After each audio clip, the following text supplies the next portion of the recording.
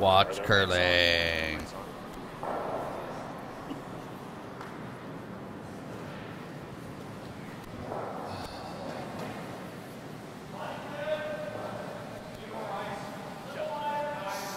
Real hard, boys.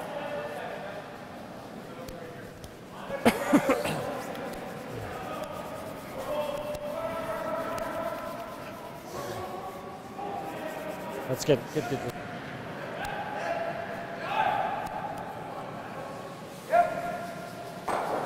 Gjerne poppe den litt da. Det kommer opp her.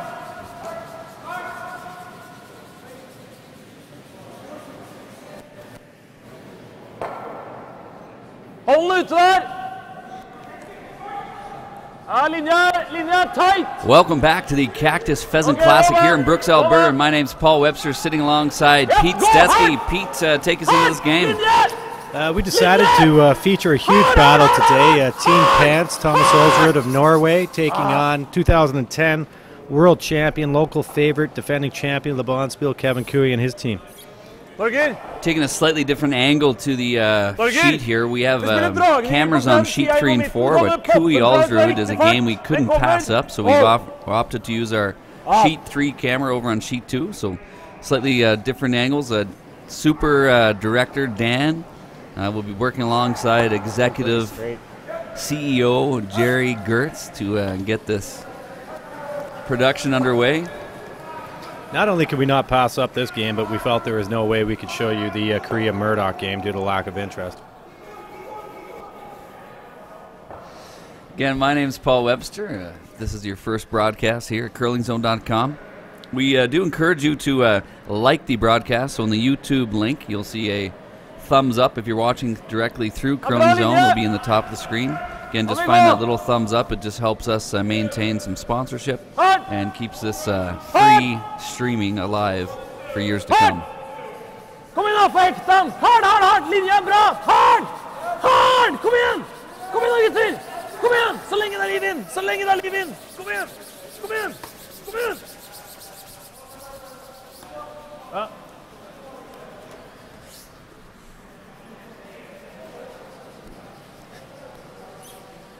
Looks like Kevin Cooey threw first in this end. We're just updating hammer and so on, getting everything started. We did have the perfect broadcast last time, and we started on time. A couple rocks late. Jerry Gertz did join us for this broadcast. We think there might be a direct correlation for us starting on time and Gertz being here or not being here. Yes! So we'll see if we can test that out. Whoa then. Nice little come-around attempt here. Freeze attempt by Carter Rycroft. 2002 Olympic silver medalist with Team Martin. Very upset we missed Nolan Thiessen's rocks. It's always fun to watch Nolan throw a stone. Those center guards that he loves. You want to talk anything about the Red Sox currently there, Pete? I'd like to say I was happy with the result of last night's game. Not as much as a Cardinals fan, but more for Nolan's suffering as he is a diehard Red Sox fan. We're in the second day of competition here in Brooks. We currently have 3 qualifiers for the playoffs. Sven Michel out of Switzerland, Steve Laycock of Saskatchewan, and Mike McEwen out of Winnipeg, Manitoba have all qualified for 3 of the 8 qualifying spots. Nice little run back double there. Yeah, I talked to Mikey after his game. They're going to be hitting Patricia's tonight. He's got a special order for meat that he's going to cook tonight. Very rare, flying it in from China. Real treat for those guys to be able to have the night off, enjoy some of the action and the very lively town of Brooks.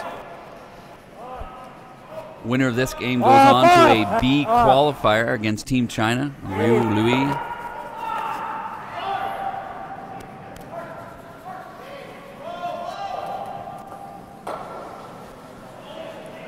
Christopher Swa. Sve. I think it's Sve, not positive. Most who know him refer to him as Bumpy. And for those of you who think I'm calling a guy on being fat or something like that, that is not the case. Bumpy is what he loves to be called. He's a very fun-loving individual, real party guy, and great player, great sweeper. So we're going to go Bumpy the whole game? Yeah, I think we go with Bumpy. He'll appreciate that. He's a great personality out there.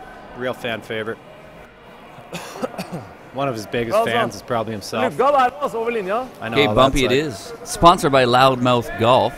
Team Ulsrud sporting some new fashion by Loudmouth Golf. The Paint Splash. I'm a little more impressed with these pants this year than I have been with some of their more recent additions. We love highlighting the sponsors of curling. Both of our broadcasts. Budweiser for Pete. We've moved on from Caesar Friday. Yep. Thank you, Penny. You did a great job there. Off. Third Rock Stones on Team Cooey, thrown by Pat Simmons. Really nice touch by Pat. He's well known for his ability to throw the up weight, but he showed us there that he can make finesse shots as well. And the longtime third for Thomas Ulsrud coming up here, Torger Nørgaard. 2010 Olympic silver medalist. Team Ulsrud. That was a whistle. Yeah, we frown upon the whistle, with the exception of Brian Cochran, who uses it for health reasons.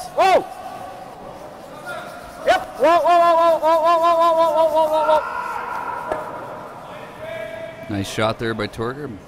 Really well played first end so far, Paul. That's shots. Something we're used to seeing so far. Dan would like to have some free advertising for Dan, our director guy. We'll never show his face, but he likes some free advertising for his website, southernalberta.com. Not sure what it is, but click on it, and that helps him out. southernalberta.com. Advertising everything in Southern Alberta. You need it in Southern Alberta, they got it for you.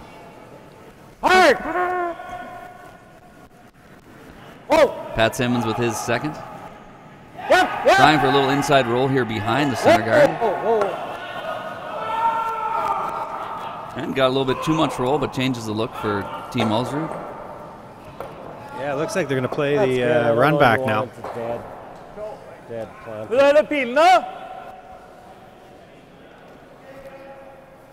Elver, så det gick ganska ärlig här.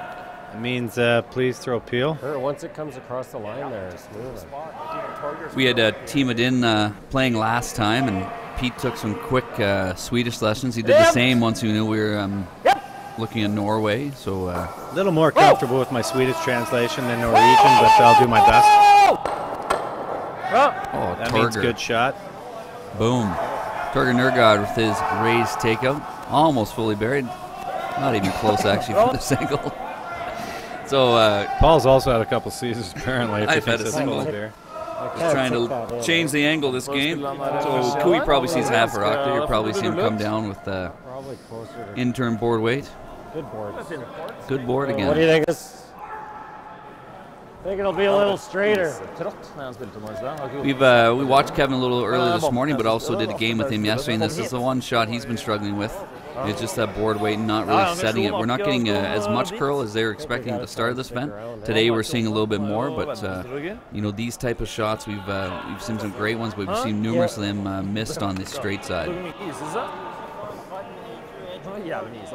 Yeah, certainly today there's a little more curl in the ice than yesterday. A shout out to Roy, our ice maker. Go Roy. We're thinking like board. Does that look like Max?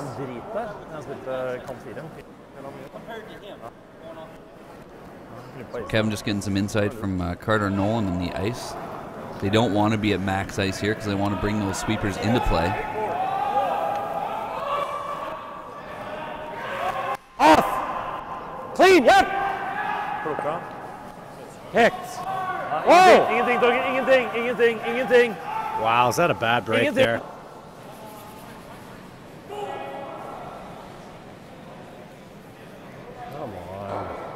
First end, just throwing a little board waiter, and it picks, changes direction, basically taps in the red stone. So now Ulsrud has an opportunity to possibly score 3. What looked like was going to be a blank end. See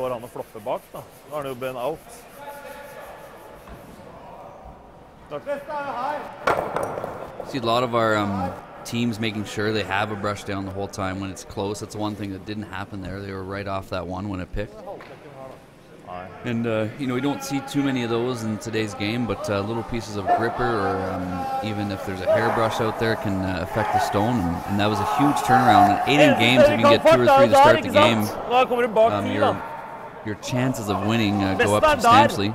Jerry Gertz will get us the stat of Ulsrud after they score 2 or 3 in the first end and what their stats are for winning. Go, Jerry. Og her sånn, hvis du legger den her, og legger opp en gimme-dobbel her, du kan like å prøve å dra det her, synes jeg. Team Ulsrud showing the respect of Kevin Cooey's hitting game here, not wanting to set up any double or triple if they can help it. Yeah, Kevin's probably the best hitter in the world right now, so they got to be very careful where they leave this stone. Hæ? Okay. So again, this is a B semi. Winner of this game going on to a B qualifier against Team China. Have a number of other games going on right now, and as they progress, we will continue to update you on their scores as well. If you want to update yourself on the scores, you can check them out at worldcurl.com or curlingzone.com. While you're there, feel free to check out the Far From Home videos produced by the World Curling Tour. I particularly like the Team Sidorova Far From Home. You want to elaborate that on Pete? I thought that surprises me, actually. Could have been some more behind-the-scenes action done, but it was more PG-13 than what I was looking for. Boys are working hard on this one, Paul, trying to drag it into the rings.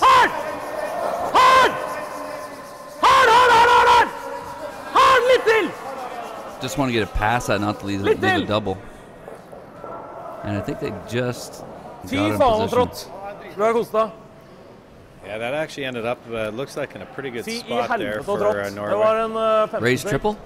If it's there, he will definitely, he has the confidence to play it and execute. Kevin's not afraid to take on any shot in any situation, that's for sure. Haven't really rolled to a good few options with both, I guess. Klart hvis du gjør floppen da, så har du I hvert fall en rød der. Ikke sant? Der vet vi noenlunde hvordan det går. Har du gått? I don't think I have room. You've got a couple options with this if you like it. A hole there? I mean, I don't mind that. If it's not coming, we've got to call it enough to give this a chance. This is the key, right? Oh, I see. I like this call. Again, Kevin, one of the best hitters in the game right now. I mean, we do know the spot. Should run pretty good. Torgers did. Dead nose. So looking for the raised double, the triple would be a bonus here. They want to get rid of 2 for sure. This would be an intern heat for Kevin Cooey. Last frog for him. Really important here if he could get out of here after that unfortunate break, holding Ulsrud to 2. That extra bonus point can get real ugly.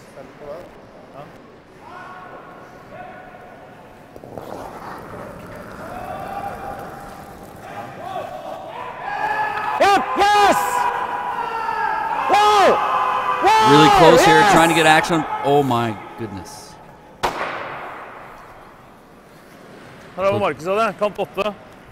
Yeah, it's an ugly start there. Just a slightly missed line, not even slightly, I'm being polite. Just a missed line call there, and gas it through the hole, giving an open draw for 4 here for Team Ulsrud. So an unfortunate pick on Kevin Cooey's first one. He's trying a just a board weight hit, routine shot, and then you know, in his wheelhouse here, the raised takeout, just overcurled a little bit at the end and missed that run back double. Open shot for 4 points for Thomas Ulsrud, Team Pants, and a huge turnaround in this game in the first end.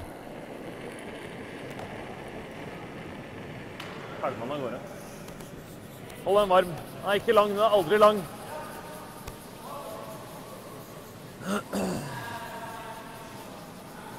Interesting, Norway's chosen to play a different draw than what they threw on their first one here, but I assume this is the same path they took in the draw-off where we determined who had the hammer. It may be the fact that we're going away from the glass might dictate otherwise. Well, they still had to throw the rocks down to get them there in the first place, Paul. So a score of 4 points here in the first end for Team Ulsrud. Cooey's going to have some work ahead of him. Some great stats here coming from curlingzone.com. Since 2008-09, we're looking to wonder what happens when he scores 2. The Team Ulsrud is 41-9, 15-0 scoring 3, and 7-0 scoring 4. And Kevin Cooey down 4. There's only been 2 instances in that. Is 1-1. Cooey actually gave 4 to Epping in last year's Canadian Open and came back to win. Sorry about that memory, John, but thank you for the information. That's more a move. Jerry Gertz. And that's why we need Gertz in the building. I was wondering, actually this morning when he wasn't here and everything went so smoothly, but he's back, and stats like that. Jerry Gertz, curlingzone.com. Like it, post it, like his Facebook page, like his web page, like his YouTube link. You don't have to like his hair, but like anything social media. Marcus Hoiberg filling in for Havid Peterson. The normal lead here for Thomas Ulsrud. Peterson staying back in Norway for this trip. Yeah, I believe his wife maybe just gave birth to a child, so he's home attending to that. Is that possible? That's is that right? No, that was a Thomas different told story. me. Yeah. Thomas told me that last night. Interesting. Something's going on. Anyway, Marcus Hoiberg, a suitable replacement. He's Norwegian, and he can play lead.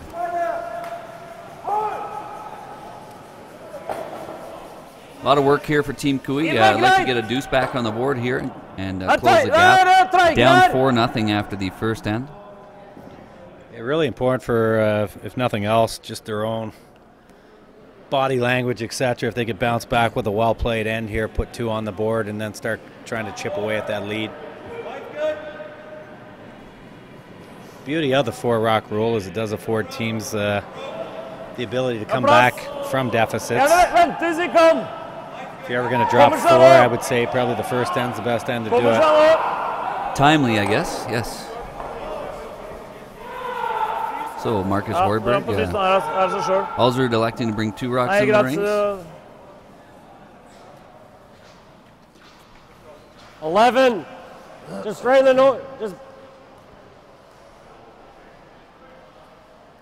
Kevin wanted keeping the Red Rocks in play, but just moving them behind the tee line, at least one of them here. Kind of wait. Whoa then. 2010 World Championship team with Blake McDonald playing 3rd. Pat Simmons coming in after that season. Yeah, hard then. You got to get this way back. Whoa. Should have said we had to get it back.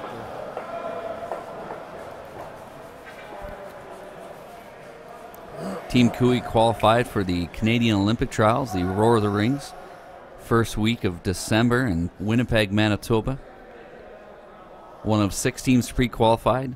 Another 12 teams are playing off beginning in about a week and a half here in Kitchener-Waterloo for those extra 2 spots. Bumpy, the out-turn peel. Bumpy throwing the heat. Norway, they've already been selected to. Ulsrud is going to be Norway's representative in the Olympic Games there. Struggling a little bit. He's coming off a silver medal performance in 2010, a loss to Kevin Martin in the final in Vancouver.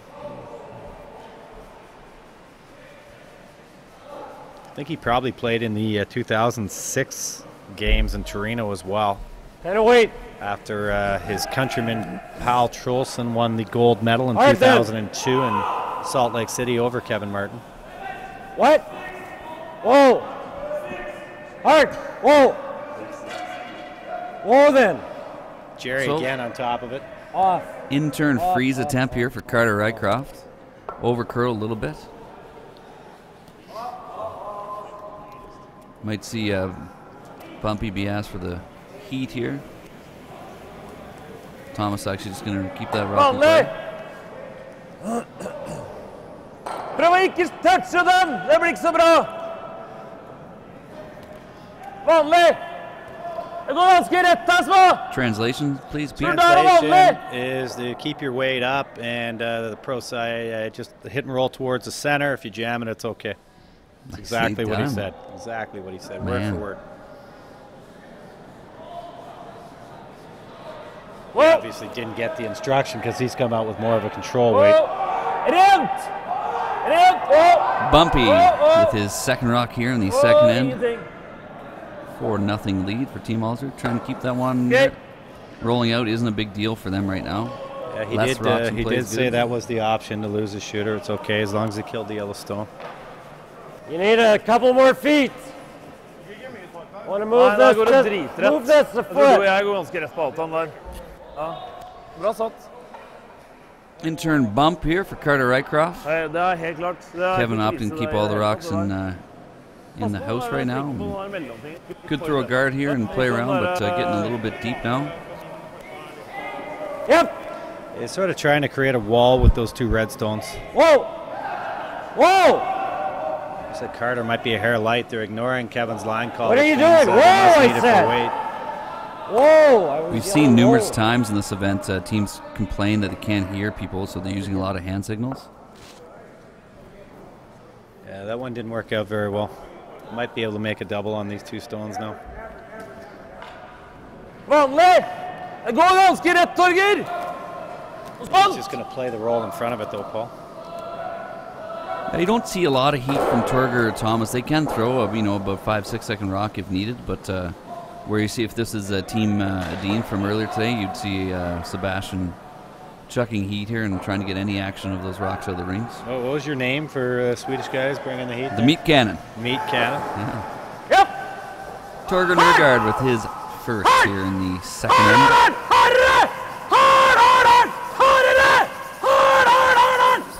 Looking for a hit and roll on top.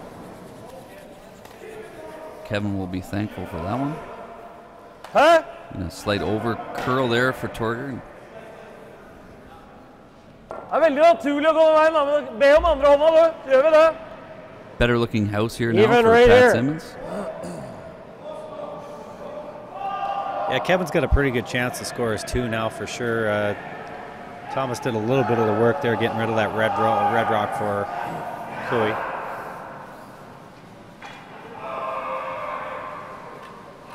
Because they've played this in-turn draw so many times, this is a natural out-turn shot, but they're going to stick with the in-turn here for Pat, hoping to sort of corner freeze to the rock in the 12-foot.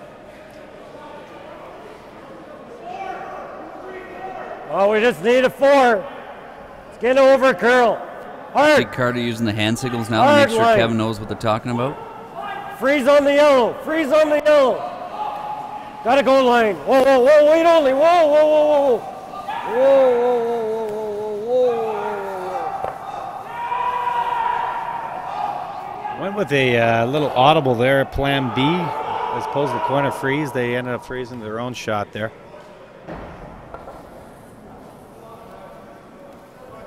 Bumpy, number 19, coming into the house to provide a second opinion here for Thomas. Huh? Bring some heat. That was Norwegian, bring some heat. That was funny. That was awesome. Enten den tynt, det også greit. Pil! Pil!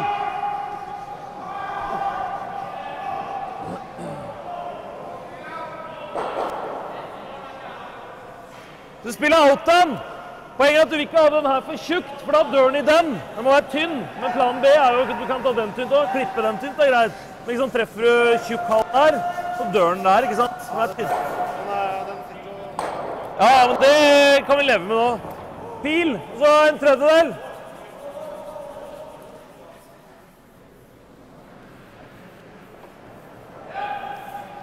So a key discussion here happening in the second end. 4-0 lead for Ulsrud, so trying to get rid of any yellows he can.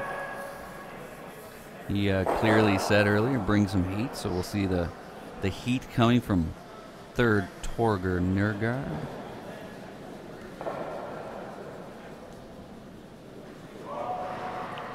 Still featuring the left there Whoa! on his peel attempt. Torger, a longtime fan of Wayne Madall. He brought the heat, not as accurate as he's hoping for there. Was looking for a little more action, but got rid of a yellow. Yeah, he sort of left that yellow rock still keyed on the red rock, so Kevin won't be too upset with that. Satt den litt, da flyter den ganske bra der. Det er nemlig så rett det går der. Det punktet der skal jeg ha minusis hvis jeg må gå hardt out han. Thomas just told him that if he doesn't learn to throw it harder and more accurate, he could be replaced at third. Again, Pete Stetsky, Paul Webster here with you. Pete with a intimate knowledge of the Swedish and Norwegian languages. I did have a brief relationship with a girl from Norway back in 2003, Paul. I don't mind that. Although mostly I learned the words "get lost," "don't call me again," and "leave me alone." At XL Purple Sweater. So Kevin Cooey opting for the in-turn draw instead of the hit and roll or the hit and stick. Again, trying to manufacture a 2-point score here in the second end to get him closer on the scoreboard. Down 4-0 after one end. A couple unfortunate shots in the first end for Kevin Cooey. One pick and one near miss that cost him a 4-ender. Pretty innocent end up to that point. Wait only. Okay, line's good. Clean it. Whoa then. Whoa, wait only. Wait only. Looks heavy. Not move this red. No.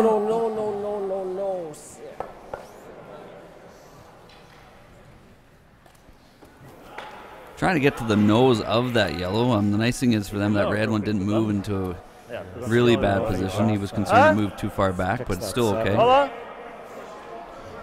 Yeah, Kevin, it's amazing his knowledge of the game. His fear, he thinks they might be able to pick that 7 rock clean, and then it creates a tougher deuce for him. So precise at this level that even an innocent little 5-inch tap can totally change the situation you're trying to create. Teams I played on in the past, we're just happy if the guy hit the rings on that shot. We gave him a 4-4.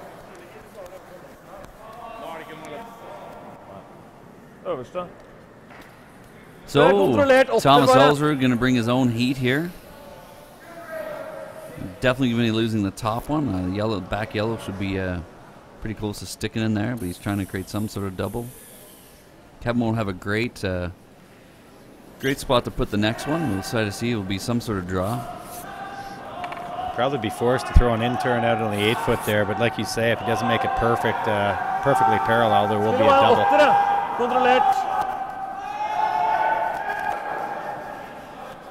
Keeping Paulie up here. First skip stone here in the second end for Thomas Ulsrud.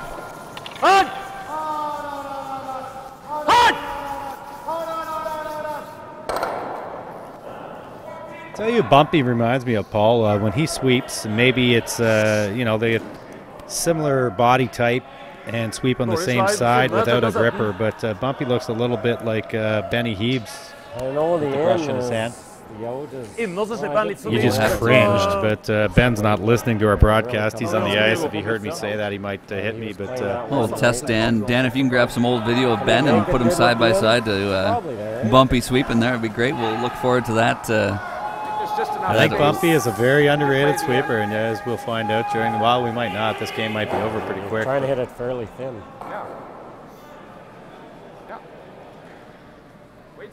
Just in case, viewers, if this game does end early, we're letting you know we will not be transferring over to the Murdoch Korea game.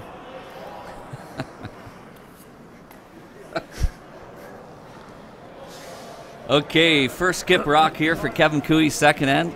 Looks like they're trying some sort of, T-line, backline weight tap. And move both those yellows behind the red guards.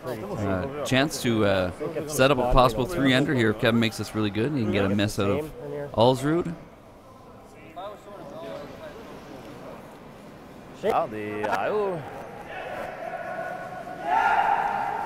Still, it looks like they're just struggling a little bit on where to put the broom down to make this shot.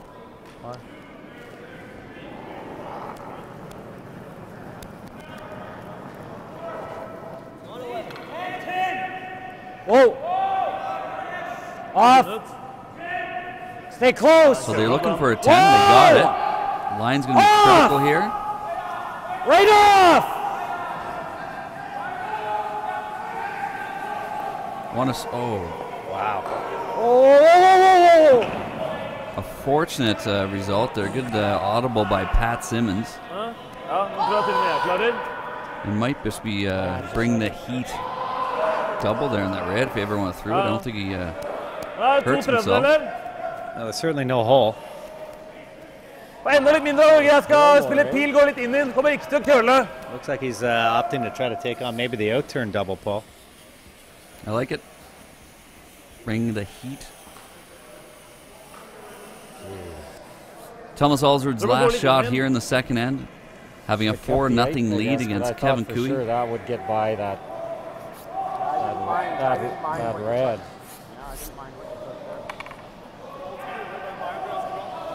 Mike McEwen, if you're anywhere in the Greater Brooks area, we'd love to have you come down and bring you into the booth here, do an interview. We can talk about your calendar, your charity. I believe it's Quick Draw is the charity you're working with there. Whoa! Yep! Hard! Hard! Out-turn double takeout here for Thomas Ulsrud. And noses at option for 2 points here for Kevin Cooey. Fairly routine shot for him. So exactly what they're trying to do is get back on the board in a significant way. 2 points is pretty key here. Fans of the broadcast will be happy that Kevin can extend this match. I could throw just as long as we get by that red. Mike McEwen is in the house. You ask, and they come. Mikey, we'll just see if Kevin can make this hit for 2, and then we'll get to asking you a few questions. Should be good, eh? Wide open out-turn hit here for Kevin, his bread and butter. Fully expect him to make this shot. If not, we expect him to square if he misses. Easy, easy. Yep. Yes! Yeah, pretty routine. So after 2 ends, you have Thomas Ulsrud of Norway leading Kevin Cooey of Calgary, Alberta, 4-2. Welcome, Mike McEwen. Congratulations on qualifying A-side, Mike. 3-0 in the event so far. Thanks, PD. Is this the first time you've ever qualified A, or have you done the A-side route here before? I think this is our second or third time at the Pheasant. So, got a bunch of steaks lined up. Yeah, I heard that you. Is it true that you had a special order of wang steak flown in from China for the occasion? I thought you might say that. It's been talked about on the broadcast. You like the salted meat? You know what? I really came up here though to more beat Carruthers than anything. We will definitely get to that. Now, were you here long enough to see what happened in the first end to Kevin there? I did see that run back that just kind of tickled the one. Yeah, he got a really unfortunate break on his first rock pick to actually promote an Ulsrud rock into the rings, and all of a sudden a disaster broke out. But so let's talk about the curling calendar. We had you in talked to you in Toronto briefly, but we failed to mention the calendar. We were joking about your charity. Can you tell our viewers what you're raising money for? I'm actually Mr. Movember. So a bunch of the proceeds of my calendar sales will go to Movember. So that's kicking up right away. Gonna grow some greasy stashes for that month. You've already got the beard started. You're good to go. Now, for a little while there, you were walking around looking like an 18-year-old boy without the beard. I heard it might be at the instructions of your new bride, Dawn, to grow the beard back. Is that true? Yeah, she gave me heck that. You're allowed to say hell on the air. It's okay. Yeah, heck, hell, shit. Yeah. Not shit, Mike. Yeah, she didn't like the clean-shaved look. Yeah, she didn't like the baby face. Higher the better. Yeah, I'm trying to do the pre-beard growth.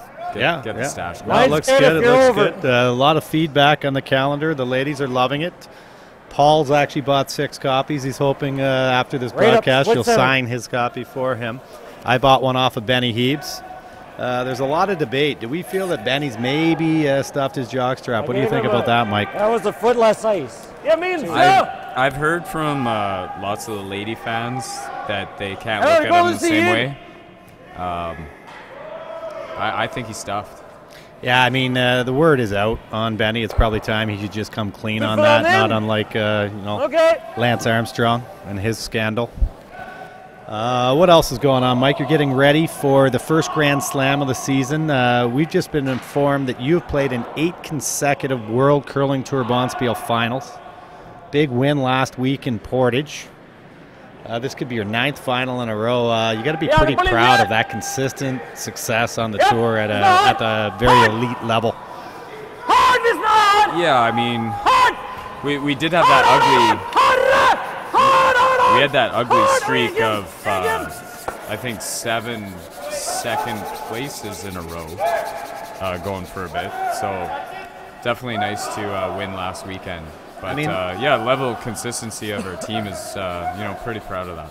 Yeah, I mean, at your level, you want to win every bonspiel you play in, but to make 7 finals in a row, even though you lost those finals, I think a lot of teams should be very happy with that success. What do you got on tap next? You're off to the first slam next week? Yeah, we play in the opening draw Tuesday night in Abbotsford. We'll play Murdoch. So, yeah, I'm pumped. Looking forward to play all the international teams. Yeah, it's a great, unique format that Rogers and Sportsnet has come up with. They've invited the 6 men's and 6 ladies teams from Canada that have already qualified for the Olympic trials. And the 10 international teams will complete the field. Just checking in our game here. Nice little come around there. 2 center guards set up nicely for Team Cooey, and they've just drawn one around into the top 8. Look for Thomas. He's going to try to maybe make the double or triple run back. We'll get back to something more interesting with Mike here. Mike, your wife, serious curler in her own right. She's the champion of the house, as we like to call her. She's taking on Wang while you're out of town for the second time in 3 weeks. How do you feel about that?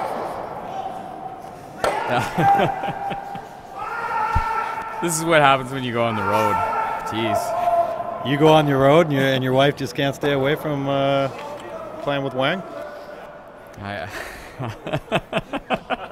For those of you who don't know, Wang is the Chinese representative, former world champion. Don plays lead for Jennifer Jones, and they will be playing tonight at 6 p.m. in Winnipeg in an A-side battle. Shout out to Don, one of my favorite people on Twitter, at O2Ginger. What else can we talk about right now? We might need you to do some broadcasts. I'm losing my co-anchor here, Paulie. I heard that. So if we pay you enough money, if I split everything they're paying me with you down the line, are you willing to maybe come in and do some broadcasts tomorrow? It's almost enough to buy what you've got in your hand right now, which is a beer. Perfect. Well, I might have to join you maybe for afternoon broadcast. Yeah, that'd be good, yeah. I know you'll be at the gym in the morning early, and then probably go for a run followed by practice rock, so you won't be available for morning draws. I understand that. We're talking about doing some skeet shooting, actually. Really? Yeah. Whereabouts can you go and do that? I think actually there's a few places around here. Some people with shotguns and. You just go down Main Street, throw some stuff in the air, and start firing a rifle off. Is that what happens? Start shooting some clay pigeons. Yeah. Mike, would you like to address maybe the unique odor of what Brooks has to offer? Have you become accustomed to that and being here year after year? You know what? The first time always kind of hits you right in the face. That can happen in a lot of things if you're not prepared. You get used to it. Just bite the center line. I could go in so many different directions with that commentary, Mike. We're going to let you. That'd be your get out of jail free card there. Nice little out-turn guard there thrown by Team Coy, protecting the rock in the top 8 foot. What do you? I'm just looking at Ulsrud and Cooey's team. What do you think about the unis? You know what? We're giving a shout out to Mark Keane and his company. He's outfitted Kevin. I don't know if I like the Peter Pan getaway pants, but I am a big fan of the purple jackets, as you know, and the purple shirts. That's sort of my style. And I think Ulsrud's really upgraded his attire this year. In the past, his pants have been, I don't think, quite as nice as what these ones are. How about yourself? Yeah, I like it. Cooey's team's almost going Viking style, NFL. Yeah, I don't think you want to emulate the season of the Minnesota Vikings this year. No, definitely not. Probably one of the top teams in the country if they were playing Tier 2 college football. Unfortunately, they're in the NFL. Pat Simmons here, perfectly balanced delivery. You've played against me. You can tell I like to lean on my broom a little harder than what Pat is right now. Line's tighter. Well, that's only, Pete, when you remember to take your gripper off your sliding foot. Get off! Yeah, you know what? That was an unfortunate incident. I'm not positive that BJ or Denny didn't trip me that time. I'm going to have to see video footage. Don't want to make false accusations, but I think that's probably what happened. Looks like that rock just over curled there. Now, how you like the ice so far? Did you find it had a little more curl today than yesterday, or? Yeah, the opening draws I thought were it was a little crisp, a little straight, but seems like they've got a bit more movement in the ice the last few draws. These are the shots in our broadcast we've noticed where the guys are throwing that hack and board weight. A lot of the time they're throwing it through the break. Some of it, and here's an example of it right now, just showing the level of broadcasting work I do here, Mike. But gotta give her a go. Have you had to make any adjustments? You're used to playing on Grand Slam ice where there's so much late finish on that arena ice, so you tend to probably pop the rock a little bit. Have you had to make any adjustments here? Yeah, on certain surfaces and this weekend, right now how the ice is, your miss is to be a little soft. Yeah. And the ice generally is pretty good speed, so your sweepers can make up the difference if you are a touch light. So yeah, your miss is to be probably a hair on the light side and a little soft. So sitting at home right now, Winnipeg, Manitoba, second stone for Jeff Stoughton, Reed Carruthers. Master of throwing the rock soft with that intern. Do you feel he must be pretty depressed at home? This ice is tailor-made for his intern, I would say. He wishes he was playing right now. Reed, a little shout out. Don't text me, Reed, and tell me to quit ripping on you, or I'll just continue to do so. Just man up and take it. Mike, you've played numerous golf matches with Reed over the summer. You guys played 10 times in a Manitoba course, not an Ontario course. How often do you feel you beat Reed? I beat Reed every time it's in Manitoba. Every time I come out near you in Ontario, I show that I really have no clue how to golf. Do you feel it's a time change, maybe? I'm certainly jet lagged. Yeah, that can be it. Now, you had, which was posted on Twitter, a score of 34, 1 under par 34 this year for 9 holes. Yep. Absolutely destroyed your Golf Pro teammate, BJ. I believe you beat him 5 up that 9 holes. Is that possible? Yeah, it was like a net 27. He was not happy. It was a perfect storm. I think I was up till about 5 in the morning. Probably too many cocktails. Jumped into the lake. We were having a little team get-together weekend. And rolled into the course. Had a 5-hour energy drink just like Jim Furyk. And wait till you can. I've never played like that in my life. It'll probably never happen again. Now, I heard that energy drink only lasted about 2.5 hours because your back nine was a disaster. Exactly. Nice shot there by Kevin, intern draw, covering the pin. Applying some pressure to Team Ulsrud here with 2 rocks for Thomas to come. Now, does your wife, does Dawn play any golf? Is she good with a club in her hand? She tries. Hade 14 hårgångna alltså.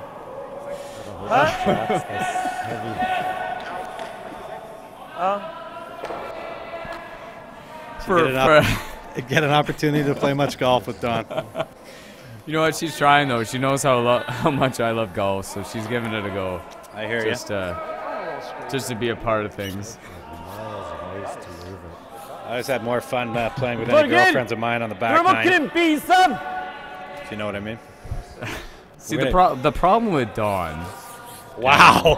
Wow. Do you really want to start? Go ahead. The floor is yours. Well, don't get me wrong. I love. Let me rephrase. The problem with Dawn is. Go ahead. No, I hope she's curling right now and not listening, but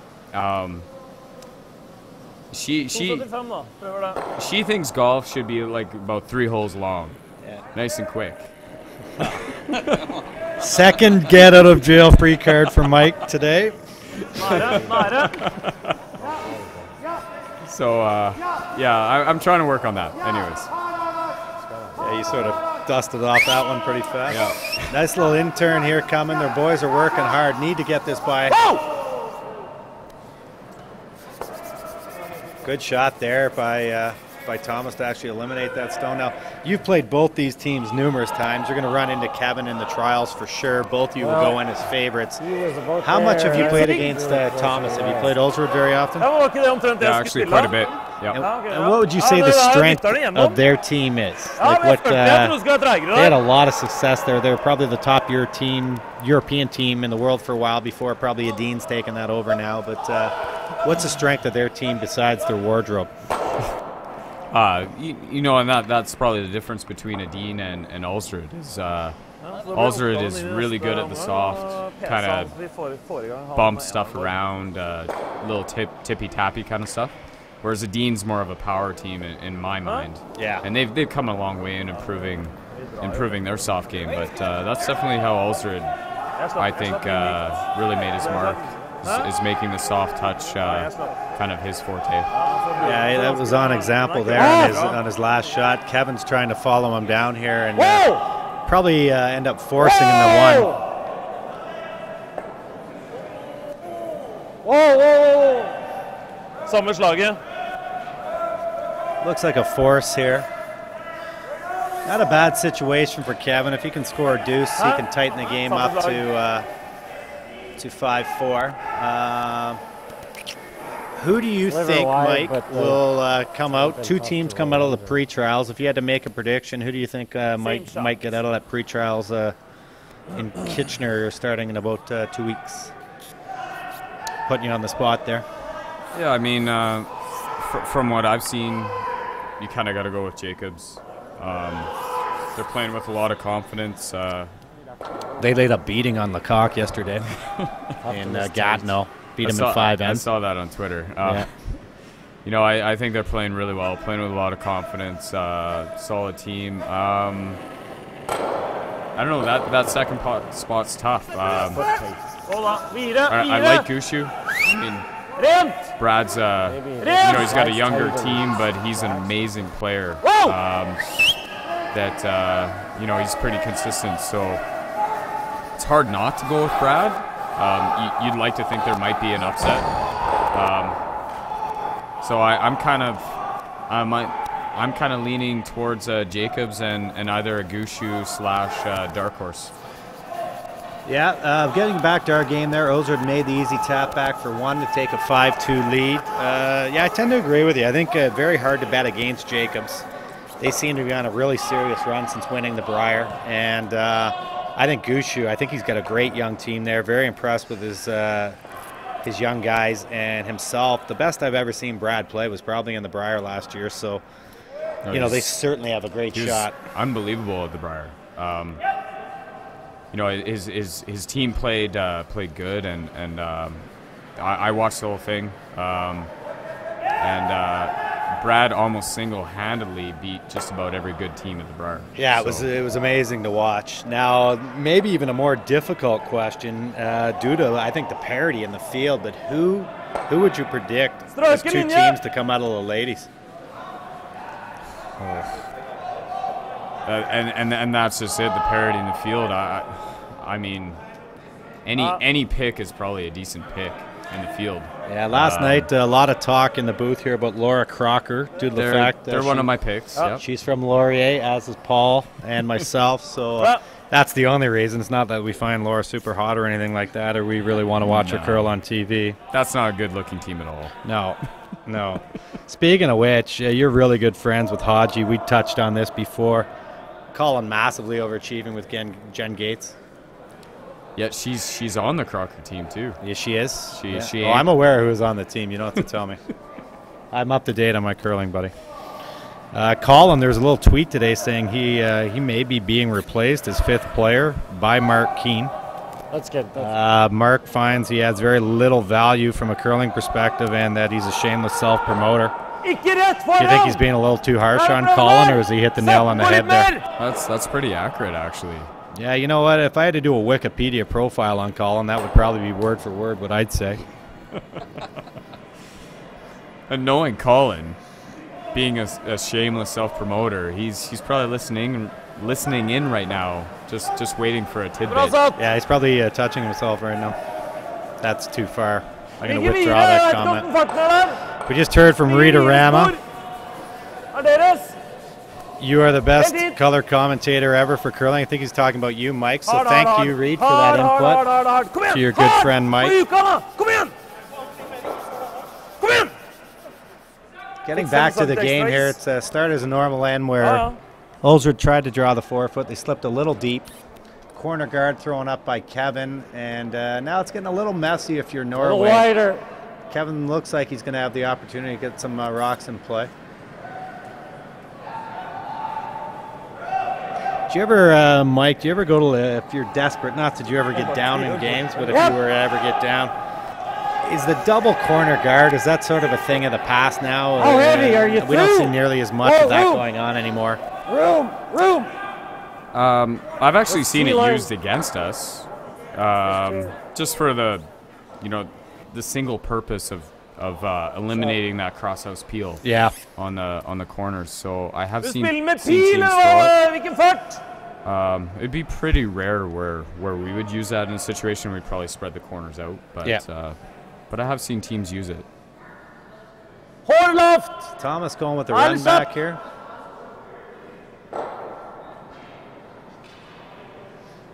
Yep. Hard.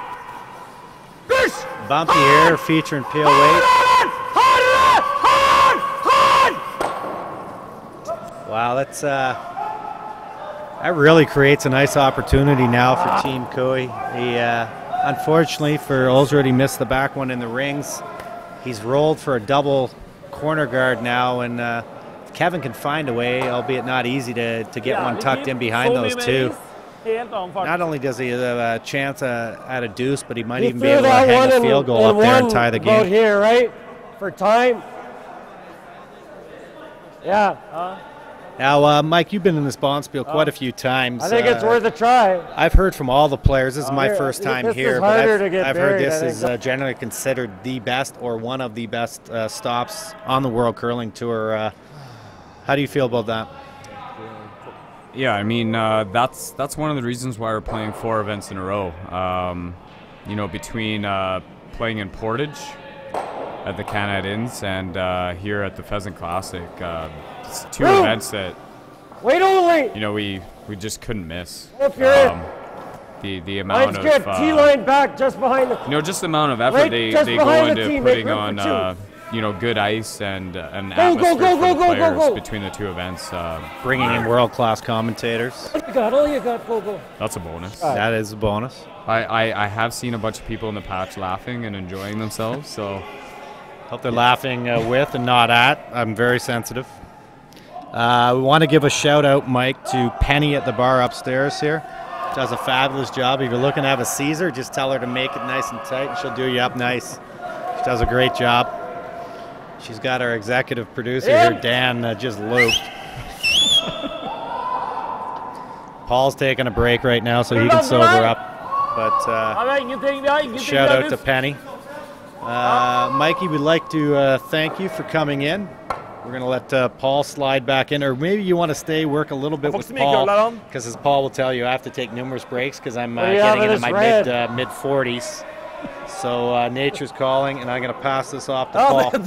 Jeg trodde vi skulle køle litt der nå, da. Jeg spilte jo pil der, og Kui hadde kantstein, og spilte jo vanlig. Ja, det var det. Okay, we're back. Shedding some dead weight there, and back on here with one of the hottest skips on tour, Mike McEwen. Paul Webster taking Pete's spot here. Great draw there by Carter to on his last shot to set up a good opportunity to score 2 here. So, Mike, you're talking about events on tour, but the biggest event for you this year being the trials coming up. What kind of things are you guys doing differently either this past summer or this season to get ready for that event? Only. Line's pretty good. Hold it off. Line's real good. For us, it was just kind of adding just little pieces of the puzzle, not kind of, you know, shaking the whole foundation. So the big thing for us is doing a bunch of the same things, considering health and fitness just that much more, working with a sports psychologist just a little bit more, and really planning out the year probably a little bit more precisely than we ever have. But definitely not, you know, doing anything too overwhelming. No, having not represented Canada at an event right now, you guys took an opportunity to head to China to sort of get that scene and that whole travel experience. What kind of things did you guys learn in China, or either the trip on the way over there, that can really help you out in Russia if you find yourself with the Maple Leaf on at the Olympics? Well, I think we learned about what heavy jet lag is. And just being uncomfortable with your environment and with the food and the language and interacting. So that was a bit of an eye-opener being in that situation, and it's kind of a good team bonding experience. Being really out of your comfort zone and still performing.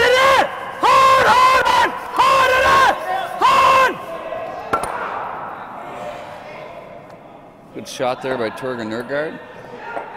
Kui with the deuce set up here. Just have to play a few more rocks and hopefully not for a miss. But if you freeze, you're still dead even with this. What he's up to.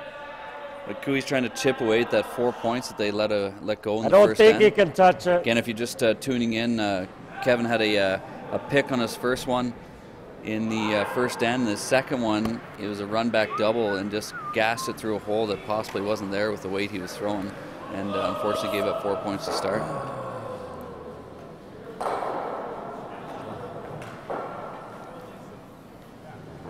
So let's say the stars align, Mike. You guys are off to Russia. You think it's a concern that you haven't been to an international event yet? T-line. A concern to who? Hey. Anyone.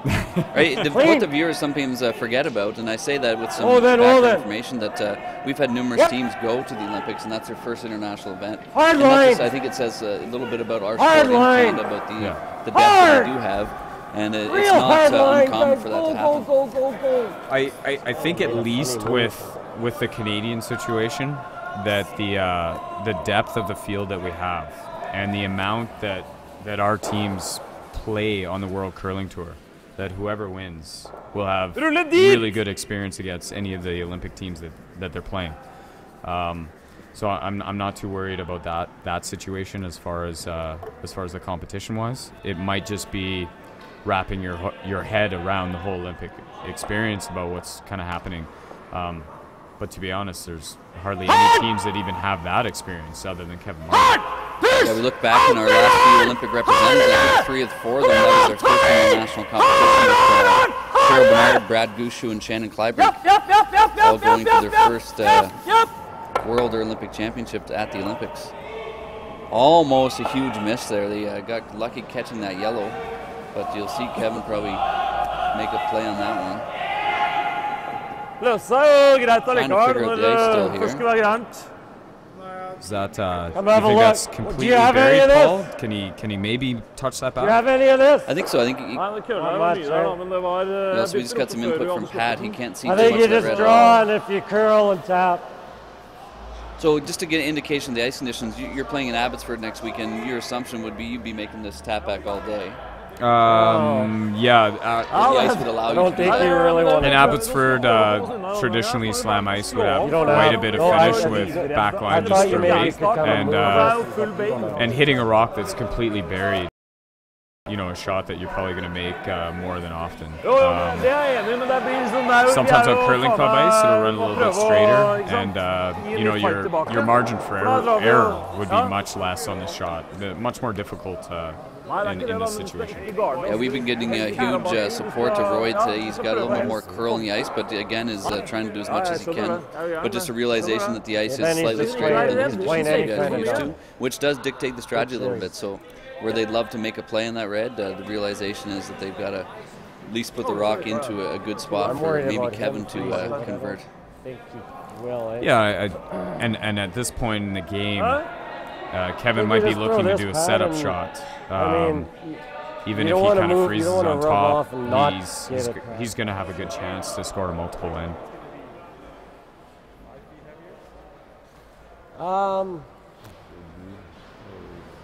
Well, if that's what you're, I mean, you might be right. This might not be awful, right? If you just sit there.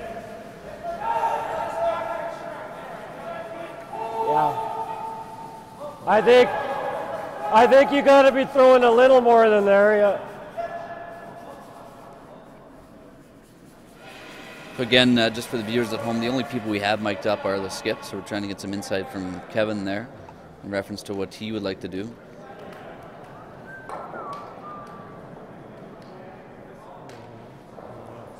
I think this is best. Pat Simmons with his last rock here in the fourth end. In-turn freeze is what it looks like we're getting called for, but with the slight overcurl, they tick that top red one. Kevin wouldn't be too concerned. I had him here, but that was curling early.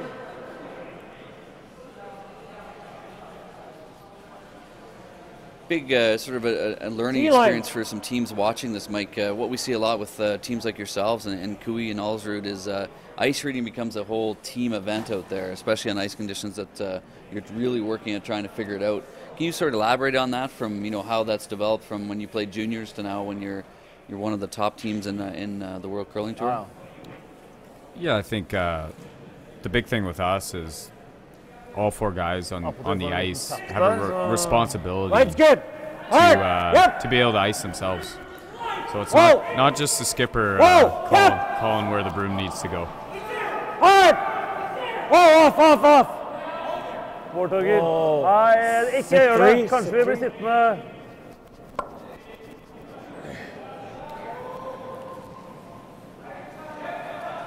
I think he's sliding 3. Again, we got a slightly different angle in today's draw. So what's your thoughts on this, Mike?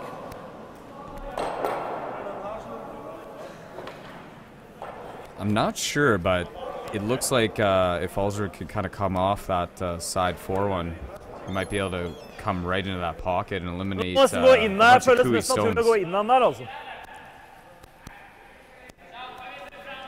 Hvor tjukk må den være? So triple might be there in your mind? I mean, you might not get that yellow one out, but you could be lying too. Damn, I wish we had better camera angles, Paul. We'll blame Dan for that one. I don't want to be wrong. SouthernAlberta.com. Send in your complaints about camera angles to Dan. So he makes this triple, or even he's lying 2 here. You can more concerned about what he's left then, with the pocket possibly for Kevin to use.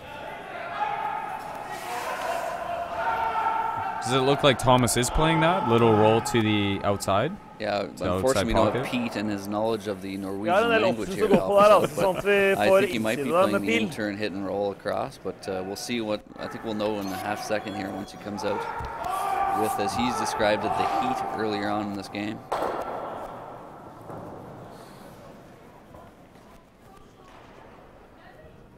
Thomas Ulsrud with his first rock here in the fourth end, up 5-2 without hammer against Kevin Cooey.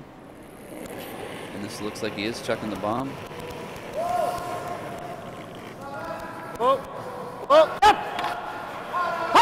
For the in-turn hit and roll with the option on the double. Great shot. It's in there now, eh? So he's sitting second, but almost leaves the same type of option here for Kevin. I think he's a little more buried this time. He's got to make a little roll for sure. Ja, kølla mye på slutten. Det holdt jo det der. Men det hadde vært greit å fått What did you throw there? This one we don't have to bury, I figured right? I threw 5 feet more than the normal spot. This one is really just... Nope, it's getting second shot. Getting second shot, and yeah, doesn't have to be perfect by any means. Han skal slite med å få den dårligere enn den andre, tror jeg i hvert fall da. It pretty much guarantees you the deuce here, doesn't it, Mike? Makes a great freeze here. Yeah, if the viewers could hear what Pat was saying, it's just a matter of drawing in there and getting second shot. You don't need to be buried, probably just edge on edge as far as the on the corner guard. We just got to be edge on edge. It's just a matter of you just heard from Kevin, edge on edge, just setting up the angle onto the red. So if there is a mistake by Ulsrud, could bring in three into play. But and then if you're sitting in Ulsrud's position right now, you're pretty much just looking at the nose hit and that yellow on the forefoot and just give up an easy deuce and take the lead. Yeah, limit damage, hold them to the 2 and edge on edge, so go he into the can't 5th hit end, this 1 up one, with and then hammer. he's got to be a little careful. You can't nose that other one, or it's an easy double. So Kevin Cooey trying to manufacture 2 or 3 points here in the 4th end. Down 3 right now to Thomas Ulsrud after dropping a 4-point first end. Yeah, Pat was first probably skip stones for Kevin here. Go through there. Shade more. Just getting some insight from the teammates. Full extra feet, then draw.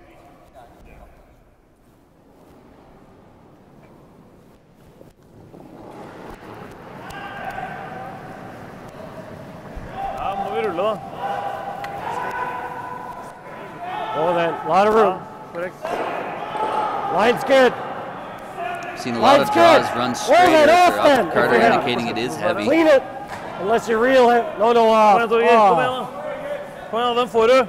Jobbe, må du jobbe. Really got to Få finish den here to get a piece ut, of that red få one. nedover. Kom igjen. Not going to do it, but he is going to lie too, possibly. Wow. And that's actually a common miss that I've seen on the ice this week. It's a little straighter going to the wings, and thus actually probably 3-4 feet faster. And we've made the same mistake in our games, sliding a little deep going around the corners. It's just that much quicker after a few rocks have been in that path. And we talked about the difference between slam ice and this ice, and that's the one difference when you are that 4 or 5 feet heavy. We just don't get the finish here. We just don't get the finish here on that ice, where sometimes you do with the extra curl and slam ice, you get a little bit of free pass once in a while. Jeg blir usikker her, men det tjukk hall, noe sånt noe.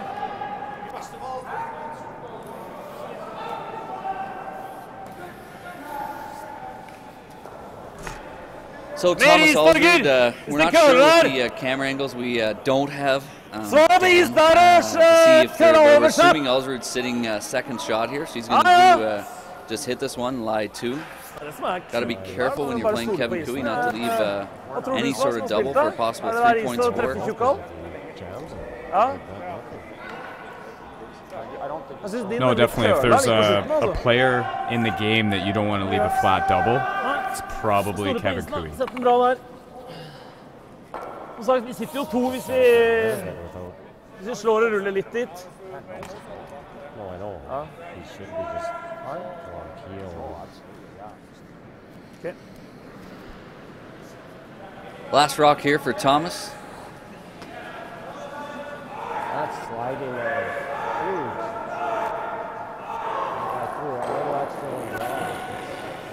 He's chucking a little bit more weight than we expected. Might be looking for a double. Hard in there!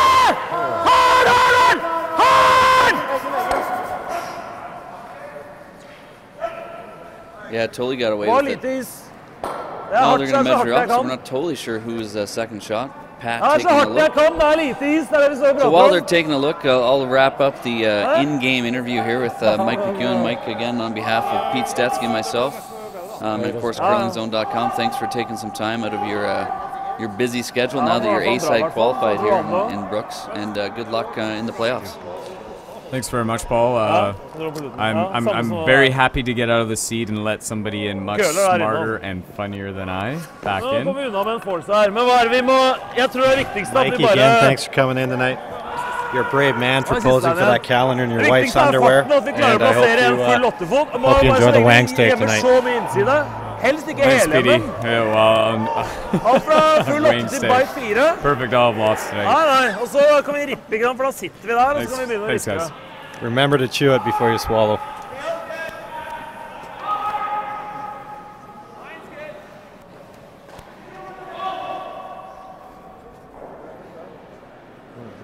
So open draw here for Kevin Cooey to finish off this end, and we'll decide on if that's a draw for 1 or 2.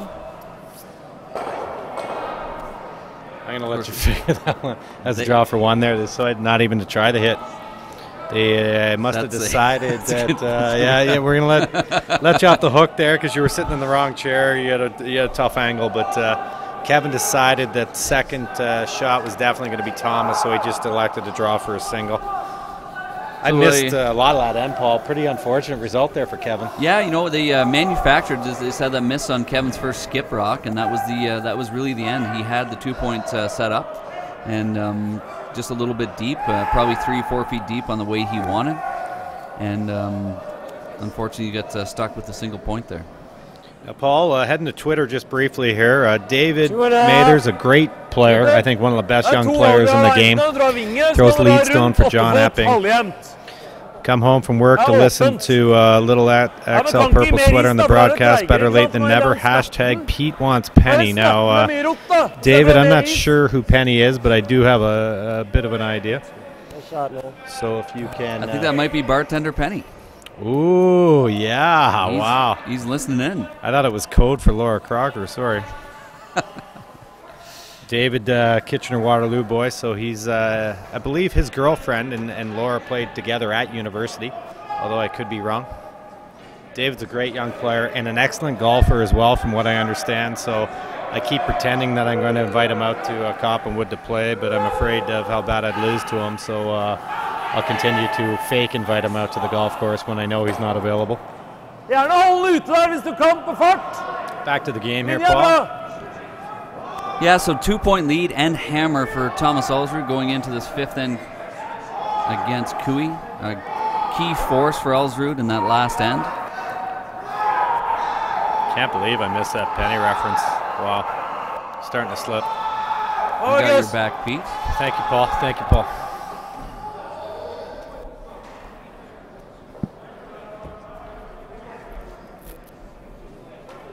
Nolan Thiessen being called for the high center. This worked well for them already. So doing the dual center guard, put some pressure on. They recognize that with 4 ends to go here and a 2-point deficit, they got to pull out all the stops. Yeah, these rocks, you can't just take them for granted at Leadstone. We've talked about the number system, which has now been around for the better part of 10 years, but you're not just lobbing a center guard down there. He's looking for a very high one. Nolan will be a little disappointed that probably slipped in a little farther than he wanted, but it's a very difficult shot because obviously you don't want to hog it. Yeah, you say little. Nolan would actually be a lot disappointed over that one, recognizing that there's a fairly routine double peel for Bumpy coming up here, so... Our top leads in the game seem to be the harshest critics. You know, you talk to guys like Nolan and Ben and Marcel when he was still playing, and they recognize that in today's game, when they're throwing a lot of the same shots, that they should be playing 90. Yeah, if there's a double peel set up here, Paul, like obviously there is, would you ever recommend that maybe they throw a third higher guard now, try that high guard again, in order to take away that double peel? You know what? We'll see. The fact that Kevin Cooey didn't call it, then I would not recommend it. Attaboy. See on the screen here, your wife, Paul, easy 6-3 victory today over Darcy Robertson in Winnipeg. First draw of the Manitoba Liquor and Lotteries Women's Classic. That spells right up my alley. Women, liquor, and lotteries. How good is that? Clean. Whoa. Clean it. So congratulations goes out to Team Crystal Webster on their first round win. Great looking shot here by Carter, trying to move those red ones, but they'll, move them probably just enough. They're going to be loving the look of this so far. Yeah, that's a great shot there by Carter. Opportunity for Bumpy to get Well, they're going to go the other way. There could be, they could mess around if they want to get that one in the house too.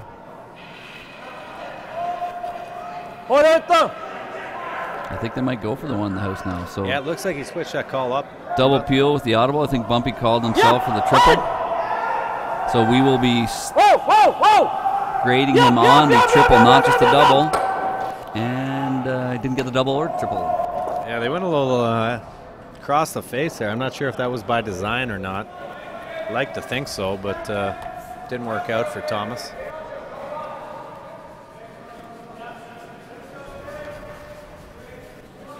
Kevin being patient here. He's decided to throw up another long center guard, hoping for, I believe, a 1. We got Mike McEwen's teammate Matt Wozniak in the house now. I think he's a little jealous of the interviews Mike continues to get. Clean it. More concern over the lack of his calendar pick. So look for the new calendar, Men of Curling calendar part 2. And I heard Matt might put out a 12-month calendar just himself. Just on his own, eh? He's got the body, he's rocking it, he doesn't care. He's going to provide a centerfold and everything. Probably one of the best mustaches I saw all last year in the Movember campaign. So watch for him in Abbotsford to be sporting some serious facial hair. I've had breakfast with Matt the last couple mornings, and he told me this confidentially. But why would that be, Pete? You and Matt having breakfast together? Because we stay at the same hotel. And he told me this confidentially, but he's looking to raise funds for Movember as well. He's going to grow the stash back and actually do a selection of calendar picks, 12-month calendar with centerfold for the ladies. Whole Mike McEwen team is in the booth. Now the brothers are here. It's a slide, not bad. You haven't had breakfast until you watch these guys try to grind it out with their own little coffee maker.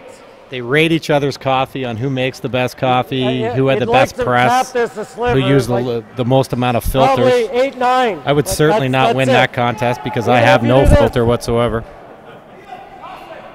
It's pretty good. BJ the other day thought his was a little too bitter, but Denny was quite proud of his, auditioning for possibly a job at Starbucks after his curling career ends. So 5th end here in a 5-3 game. Ulsrud having hammer. Got rid of them pretty fast. We got rid of Team Mike McEwen. I can't take any credit for that. They're scared of Pete, as most of the curlers should be. That was a nice interview we had there with Mike, but you really do have to tip your hat off to Mike for doing that work for charity. And not many guys be willing to wear their wife's underwear on the front of a calendar, but Mike, he did it. Go then.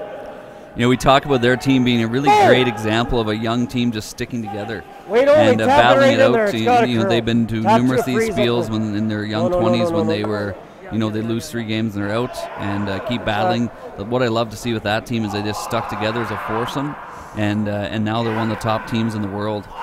Yeah, it is good to see, especially, as Mike whispered to us, he doesn't really like any of his teammates, but he feels they've had a decent run. He's willing to put in, at least finish this Olympic cycle. Probably feels it's more important to win games and play with friends, and he's put that social aspect of the game aside. Nice tap on our sheet there by Pat Simmons, setting up a great angle for Team Cooey.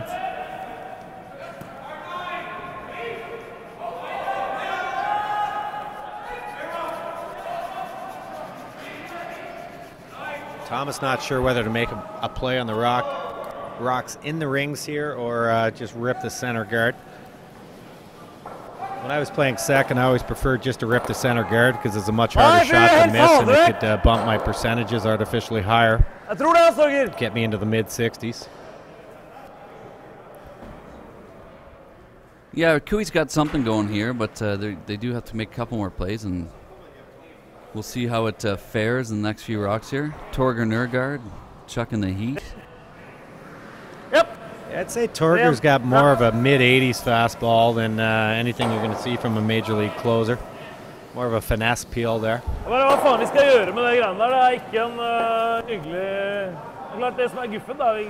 So 4 rocks, as you can see in the rings. It looks like red is sitting at least 1.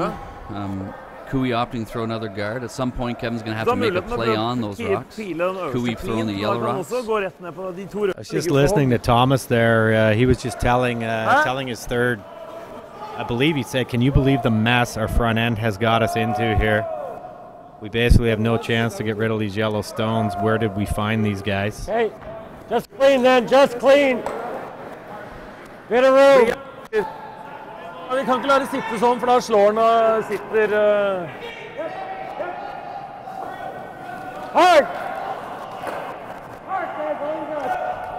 Working hard trying to drag this guard over to completely cover the center line. Well swept, good shot by Pat. Great look at the rocks now, so you can see the yellow is second, red is first. So Thomas Ulsrud now looking at what options that he may have. He's going to peel the guard. The only thing I'm thinking here is... Det verste, ikke sant? Det er gal-Mathias egentlig av gardet selvfølgelig, men kanskje ikke. Han kan jo, da rønner han jo inn da, kjappen. Ja, da sitter det ikke bra. He's going to peel the guard. Det som dumt da, hvis du rønner inn da, så skjapper, la oss si du skjapper da, så det en option på å rønne da. Det blir ikke bra for oss. Again, he's yelling down, what a mess. I wish we could start this end over. Kevin quite sure he's just going to peel the guard. The only other thing I'm thinking is you can come and just move the two, like out turn, back, forward, hit the two, move that red out a bit, you'll bounce open a bit, but then he can't really hammer this. He might have that, but that red should still be in the way. It's just dicey that it works out really good for sure.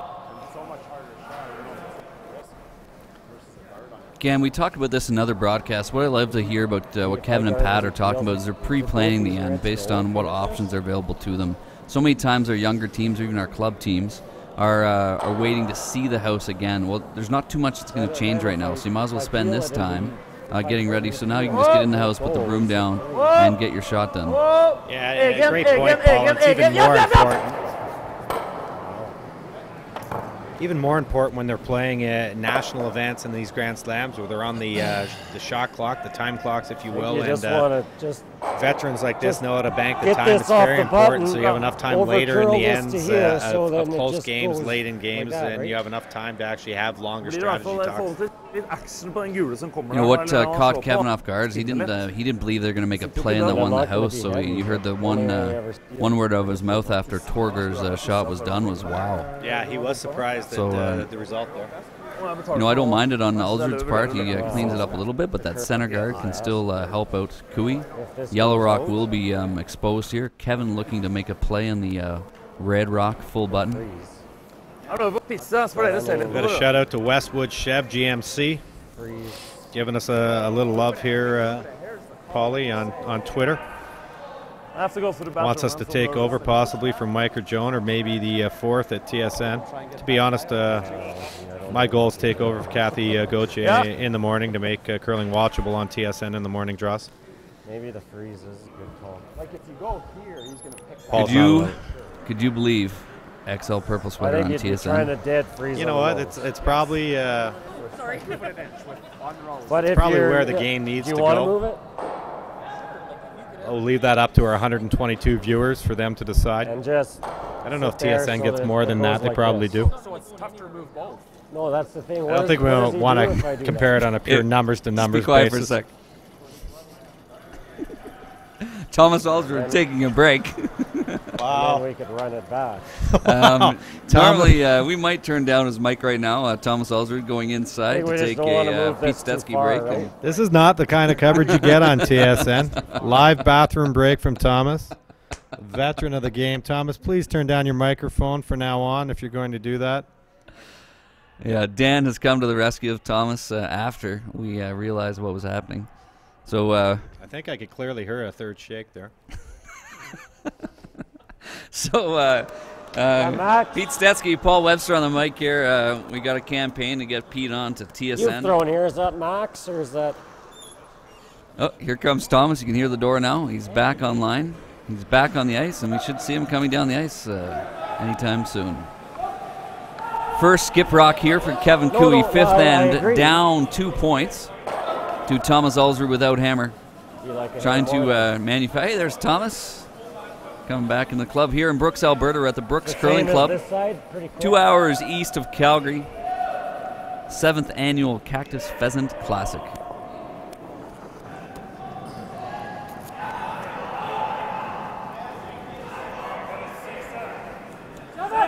So you heard Nolan Carter saying 6'7", T-line weight. Okay, room. Freeze it, line's good. That's good, that's good. Got to curl then if you're heavy.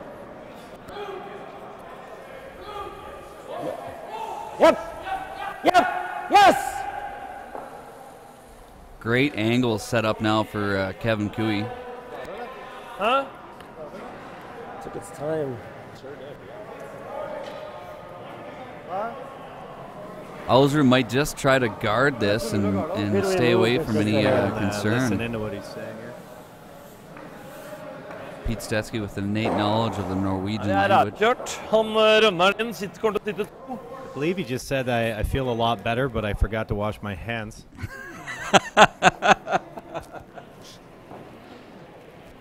Just nifty guards. Just a warning to Team Cooey. Win or lose this game, you might probably want to go with a fist bump. As opposed to shaking Thomas's hand, go with the fist bump. Jeg klarte å rønneren din. Hæ?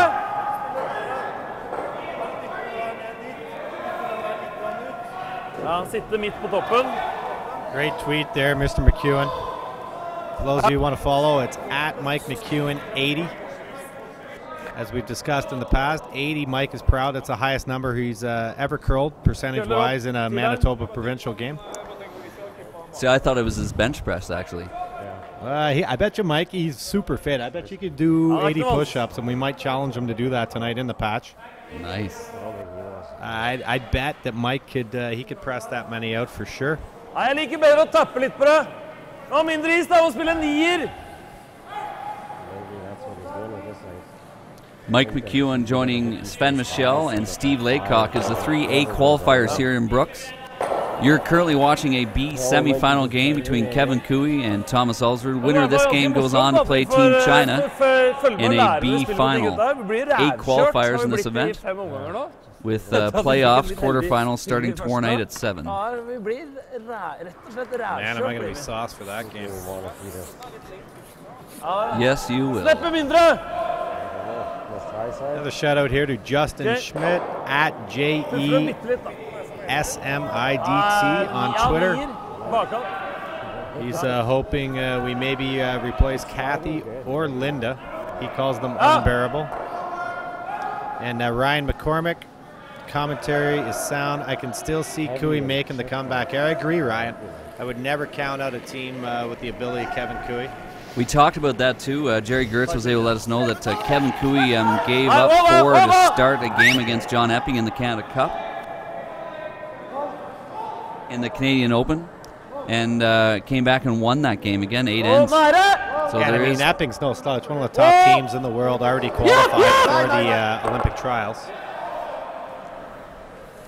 We know David's listening out there. You were up 4-0 in that game, and you lost. Clearly, it wasn't your fault. You would have gone top four the entire game. Probably just a few missed peels by Scott Howard and Scott Bailey, I would think. Guard this. This is. Vi har ikke en dritt annet. I mean, we're shot. One thing about this game, it's quality, but it's moving around at a slightly slower pace. Vi får en leksjon I curlingspill. Går på skole. I don't think myself. I don't think it's worth it. I mean, he's hitting either one in. Ja, det men fy faen, det gode de til å få det til puffere. Vi har ingenting. Spot, right? I mean, I drew right there. Yeah, you did. If you like it, go ahead. It's great if you make it. Like you're guaranteeing your shit. Han sett klokka antagelig sammen, og tenkte faen 5-7. Except where was my ice for that draw? It was like just inside. We took out to there. Right? It was right here. It's the same shot, right?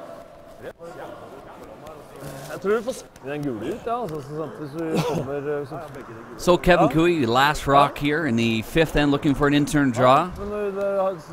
Like Kevin said, they ought to be a little careful here. Really love to, the discussion was about just stealing 1 or possibly looking at stealing 2. Yeah, it's just any kind of run is not hard.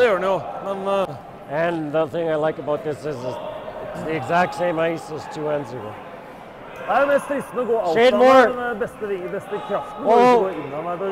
So I threw like... Sorry, Dan has actually just fallen asleep. We will wake him up here. His head is on the joystick, so we just have to right that ship here. Right on the button. He's just given a full range of what we're capable of. We'll update scores maybe after the last skip rock of this end. We'll let you see this key shot of the end there, viewers at home. Dan is on his 4th curling broadcast ever.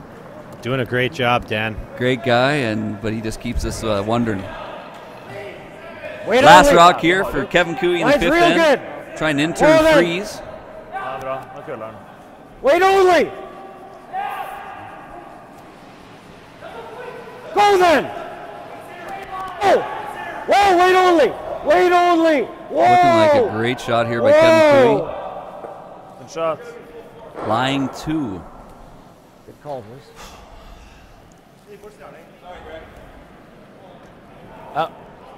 Good judge.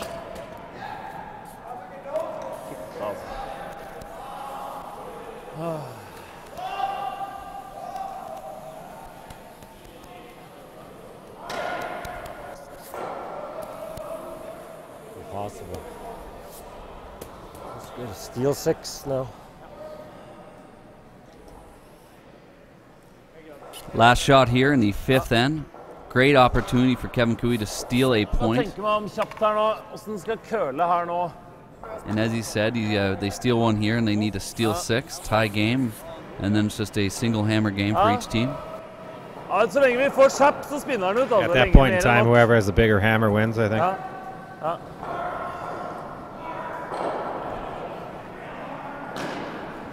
Pete Stetsky sitting beside me. He will provide the off-color comments. I'll do the play-by-play. That is actually the perfect. I'll be the play-by-play guy. You be the off-color. The off-color commentator, Pete Stetsky. Last shot here for Thomas Ulsrud. 1-point steal for Kevin Cooey. And we're now into a 1-point game. Team Cooey chipping away. Really well played end there by Kevin. Great shot by Carter. Early in the end, set up that steal.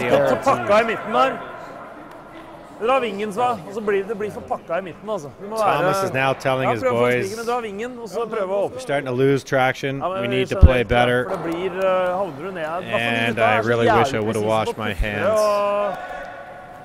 Just as we update the scores for you, I'd just like to bring your attention to the curlingzone.com coverage. If you are on YouTube, if you can find that little thumbs up coverage, and just click it, like it, add some comments to the. It just helps the overall advertising exposure that Jerry Gertz is able to manufacture from these type of broadcasts.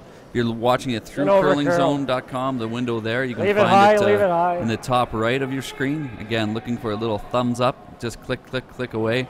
Go to the Curling Zone Facebook page and like that. Anything you can do to help support the websites, but also the social media presence of World Curling or Curling Zone will just help keep streaming free at as many events as Jerry can get to.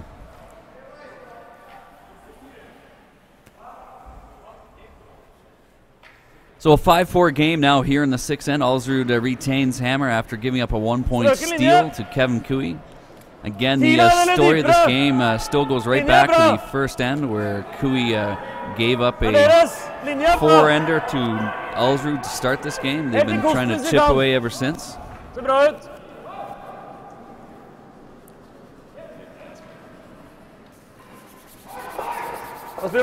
Ulsrud going for the defensive call there, drawing back house on the side.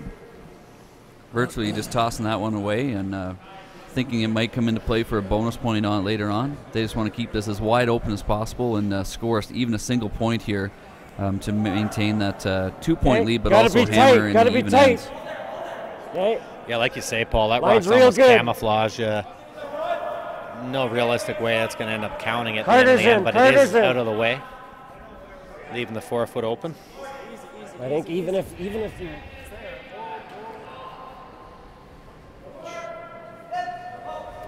That's good.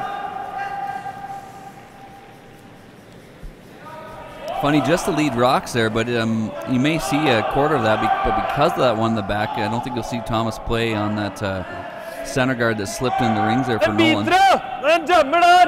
Really good shot by Nolan. He did get that mostly buried, but like you say, if they tried to chase that, Paul, they probably jam on that the little coward stone they threw in the back 8 there.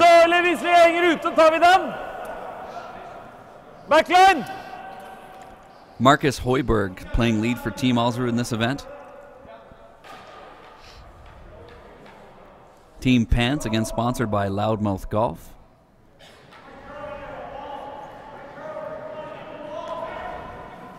Rent! Whoa! Yes, that was a whistle again. Whoa! Looking for the tick shot here from Marcus Hoiberg. Just trying to move that yellow one over.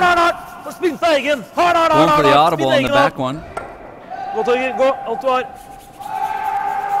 And a great plan B call there by Thomas Ulsrud. Kevin's not minding everything because there is some junk up front to the center here. Yeah, the sun's setting up well for another steal for Kevin. Certainly, he's got a couple center guards, so he's happy with that for sure. Paul, we got another shutout from Justin. A little thank you. Justin's got 243 followers. I see he's involved with Capital Rocks and Rings.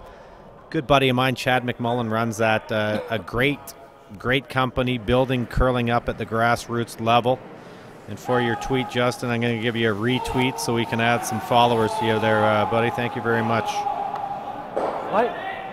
Clean. Room. Light's good. Back forward. In-turn draw here for Carter Rycroft. Hard for weights. Gotta go. Gotta Trying go, to get guys. around everything. Line looks great here. It's just a question of weight if they got enough to get in there. Keep going. Just looks like it's going to be short. Okay. I heard it was a good throw. Just need a hair more weight there. Or Benny and Mark sweeping.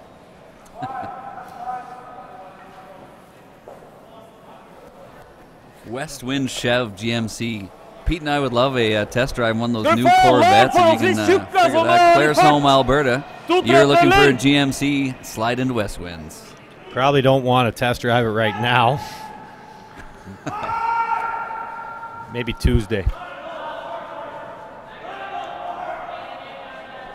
So we are accepting questions through Twitter at curling_coach for myself. We'll wait for this one here. Looking for all the mess of things to go away. Great good shot there by Bumpy. Bumpy. Bump it up, Bump. Bumpy. Biggie, can't you see? So Bumpy, Christoph Sway from Team Norway, otherwise known as Bumpy, his nickname. Halfway. And cleans up a big mess there and makes it a little bit more difficult for Team Cooey to manufacture another steal. Yeah, they're going to need a full miss now to create a steal situation. Great shot there by Bump. Halfway. Opens up the entire rings for a skip in case they do get in any form of trouble to be able to draw for one. As Paul said, we do really encourage an interactive broadcast. Feel free to send your questions to us at Curling Zone, at curling_coach, or at XL Purple Sweater. We'll get you out on air here. Try to make you famous. We'll get an update on the number of viewers that you'll get that shout out. Jerry Gertz will give us our concurrent viewers here. We have to be up to dozens now, but counting the patch. I think at least 28. Counting the patch, we're up to several dozen. If someone could count the number of people that are in the patch right now that have no choice but to listen to us, we'd like that number, please. Oh, we have 243 viewers at the high point. 243,000 viewers. That's a pretty big number. Take that, TSN. Out-turn double peel attempt for Bumpy, just slightly overthrown, missed. Bumpy a little skinny there, if you know what I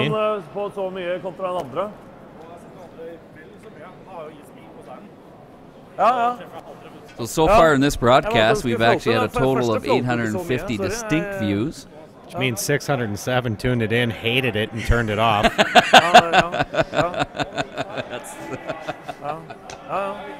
Man, the math just makes you feel good. Det var Guffen.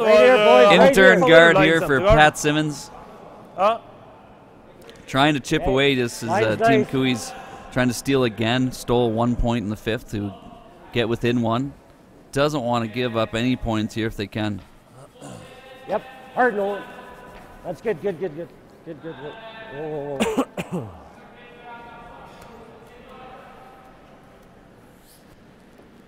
New follower, Mike Hannafin. Long-time curler out of the Toronto area. I do know Mike quite well.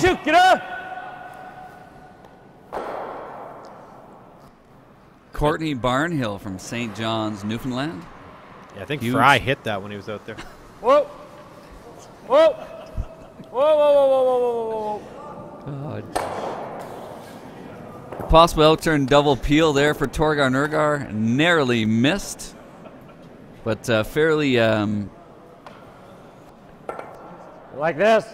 Fairly low stress end here for Ulsrud. Cooey recognizing he can't let him score 2 here, so he's just going to go for the possible blank.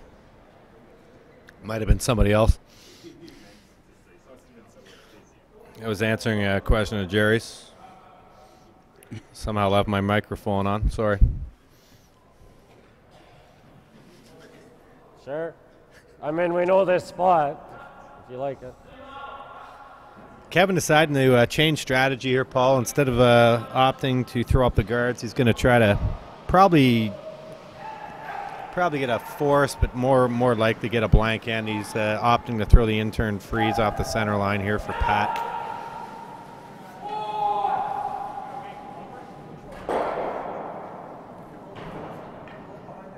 Line should be good. Wait only.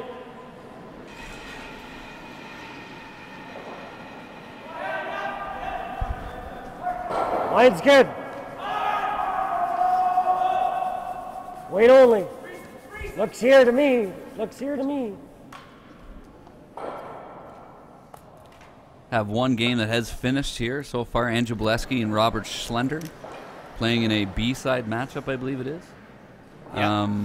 And Boleski comes out on top on that one with a 4-0 victory over Schlender. Not letting Schlender score a point in that game. Yeah, a little message to Rob. If you get shut out in a game, you're not allowed to steal the premium plus crackers upstairs anymore. You have to score a point to be entitled to grabbing a handful of those on a walk by. Yep! Hard! Push! Hard! Hard! Hard! Kom igen, dra one! Last third rock here for Torgar. Hard! Kom igen! Hard! Trying to keep the angle on that one, does a great job. Yeah, that's great sweeping, great shot. Good line call, everything. Thomas not getting sucked into freezing to a freeze, so just plays a nose hit and leaves a freeze. Kevin looks like he's going to do the same type of thing with just a backline hack weight and try to keep those angles again. Torgar came down. I believe Thomas told him, great shot. I didn't know you had it in you. It'd have to be perfect angle. It's about time. Thomas can be fairly hard on his team, from what I understand, although my Norwegian can get sketchy from time to time. Other games going on the ice right now. We have Murdoch with a 6-2 lead over Soo-hyuk Kim from Korea. That was great pronunciation there, and 6-2 lead for Dave. Thank God we didn't cover that game. Hard! Oscar Erickson with a 6-1 lead over Lloyd Hill. Now watch Kevin Cooey here trying to get the perfect nose hit on this one, and he does. But are they shot, Pete? Very tough to tell at this angle with the amount of Budweiser I have in me, but I would say, judging by the reaction, they're either very good actors or they do believe yellow is shot stone. And by the phenomenal camera work. I honestly didn't think I was going to say that at the start of the weekend.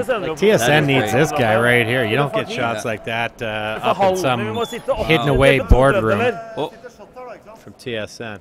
We have a bathroom break for Kevin Cooey, I think. Wow. Might want to turn it down. This could be a 2. I just heard the door. Yeah, we'll turn down Kevin's mic. If you're just joining us, so both skips are mic'd here, and Brooks, so we can get a little insight on strategy conversations. We didn't know that Thomas Ulsrud had left the building, and the audible sounds that we heard was that he did. You don't need to whisper it, Paul. You can just say it. He went to the bathroom. He left the mic on. It was like a scene out of The Naked Gun with Lieutenant Drebin. Hey ho hee ho.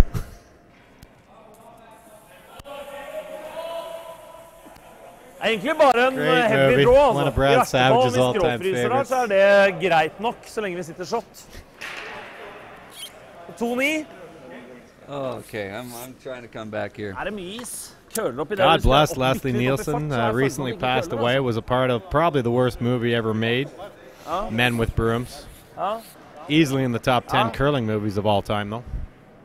2-9 da. Well, I wouldn't say easily, but... Yeah, you make a good point, Dan. Probably the only curling movie. What do we got happening here, Paul? Thomas Ulsrud, first shot of the Why are you going with that sexy voice? Just talk normal. Okay. Plass. Whoa. Ingen linje! First skip rock for Thomas Ulsrud here, trying to follow Kevin Cooey up with the intern nose hit to keep the angle, though. He wants to be shot rocked if he can.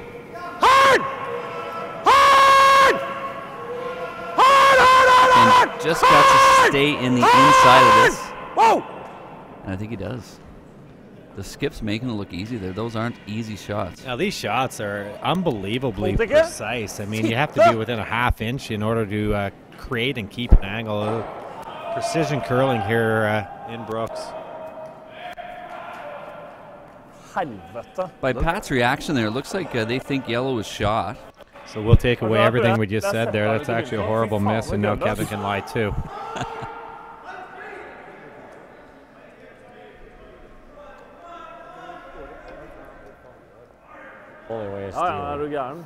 That is a key situation because now Cooey could force Ulsrud to take a single point in a 2-point lead, but Kevin can generate his own deuce, and after being down 4-0 to start the game, being tied up coming home albeit without the hammer is probably a pretty good situation for his team with the 4-rock rule and Nolan's ability to get the guards up.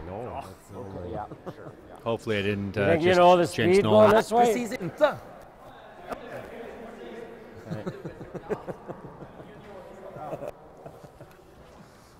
Someone finds something quite funny out there. Ulsrud might have just found out that we heard his last bathroom break. Kevin Cooey with the outturned draw to lie 2. Throwing harder on that freeze than that draw for 1, don't you?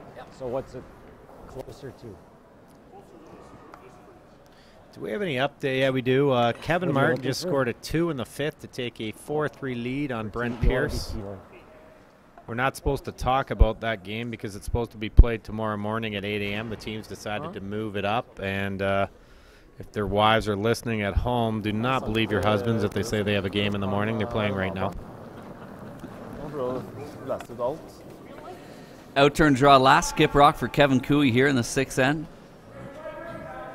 Drawing to lie 2. Placement of this rock is pretty key. They don't want to leave any shot for little trouble when Pat leaves the house to come out and sweep. Pat Simmons, long-time skip, now playing 3rd for Keem Cooey. Nice shot. Yeah, Kevin not happy with himself there. He pulled the string on that one. That might be the ball game if Thomas just plays the intern sort of tap and roll on that red one. I think I think the angle's that yellow one. It might hit that back red, but he can take the top red and his shooter to score 2. Yeah, I mean, this is a no-brainer for 2, and if he gets lucky and it drags over enough, he might even just clip his own not far enough and score a 3. Men vi kan godt spille med noe sånt nå. Ja, noe sånt nå her. He's telling his third stone that he's looking to throw hack to board weight. Don't screw up the line call. Så sant vi på innsida, så det greit. He responds, I will do my best. Quit being a dick. Det er en jævlig fin anledning til å drepe den matchen her.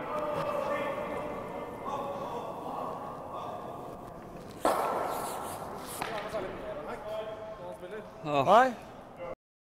Spiller hack. Last shot here. Hackers. Thomas Ulsrud in 6-end. Possible 2 or 3-ender here, and you might see handshakes if they score 3.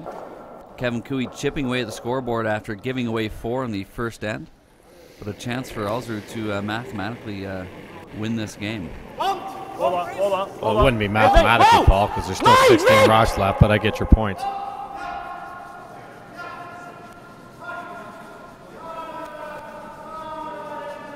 So sweeping all the way, want to roll that shooter into the rings, into the 8-foot. Loses the back red, but scores 2. So we now have a 7-4 game. Ulsrud ahead. Yeah, really unfortunate there for Team Kevin Cooey. They battled all the way back after. For those just tuning in, they had a horrific pick in the first end. Kevin had an angle raise double, which he missed by about an inch, and all of a sudden they dropped 4, which should have been a blank end, and they battled all the way back in this game. We're looking like they might get in a position to tie or be in a position to score 2 and tie, and now it looks like the game could be over. Midt på knappen, Marcus! So again, we're in Brooks, Alberta at the Cactus Pheasant Classic, 7th annual event here in Brooks. Really the first event that matters, because we weren't at most of the other ones. Some of you have heard Pete Stetsky on the air. He was invited out here to Brooks. It was more of a polite invite, but Pete jumped all over it and took them up on the free plane ride and opportunity to get into Brooks and do some commentating. So we're stuck with them. But Pete Stetsky's first event out here in Brooks. XL Purple Sweater, at XL Purple Sweater. Paul, we have the funniest tweet we've ever been sent in by a commentator. Nicole Kennedy, at Mama Bear NK, the wife of world champion, Briar champion, Olympic champion Mark Kennedy. At XL Purple Sweater, what? Trying to sneak in their meat with Patricia?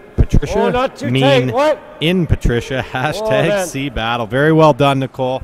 You get our tweet of the week so far, and for that you get one free Caesar served to you by Penny if you can make your way down to the club. If not, Paul will drink it himself.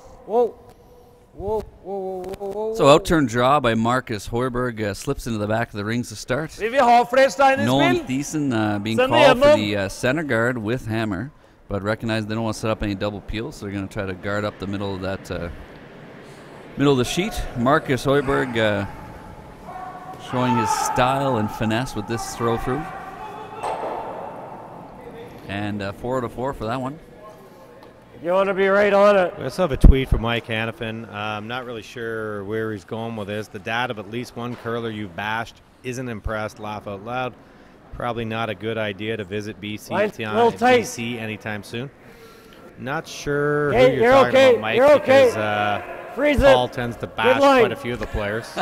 So if you can be a little more clear about who you're talking about. Hold that off. And Paul is supposed to make a trip to BC next week, so thank you for warning him on that. Just for weight. It's got to curl, Whoa. Yep. Hard. Whoa. So out-turn freeze for Nolan. Nice shot. Great call by Kevin. This is a situation here where we talked with Mike McEwen when he was in the booth, and a lot of teams will go to the double corner guard here instead. Because that rock slipped into the back eight, Kevin decided to guard it, and he's going to try to score his 2 within the 4-foot.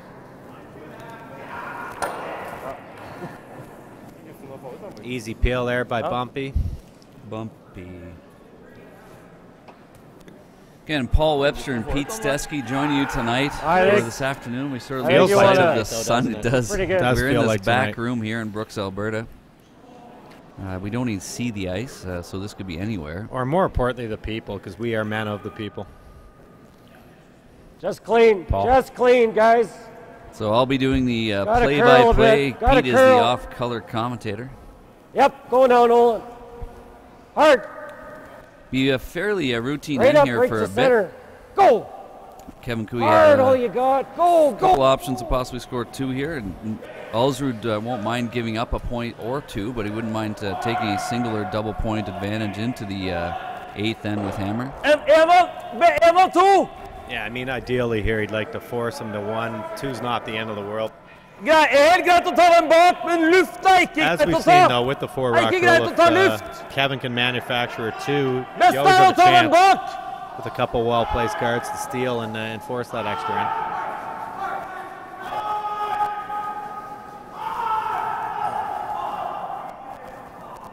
Bumpy asking for a little bit more ice here. Another game on the ice has been called a final. David Murdoch winning his game against Team Korea. Yep. Hard! Hard!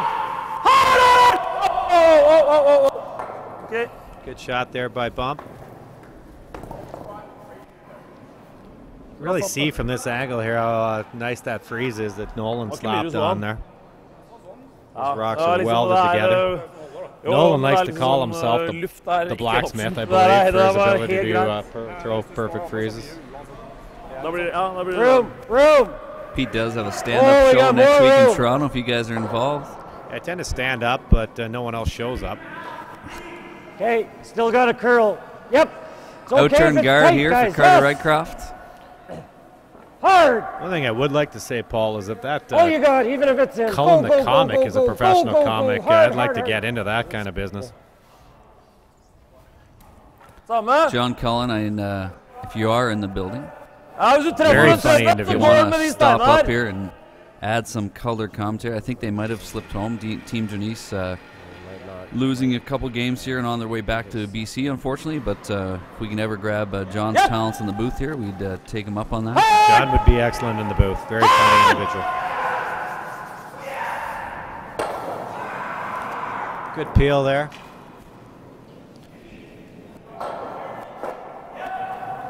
Brad Jacobs getting beat today in Gatineau, Quebec against Jean-Michel Menard. A matchup of 2 Brier champions I think there. fairly tight, so 2 Brier champions and 2 pre-trials teams, so they'll be seeing each other later on. It's always nice just put that little seed of doubt in a team that you're going to probably face and a huge competition. So shout out to Jean-Michel there. I'm big fans of Team Jacobs. I'm sure they'll bounce back in the B side.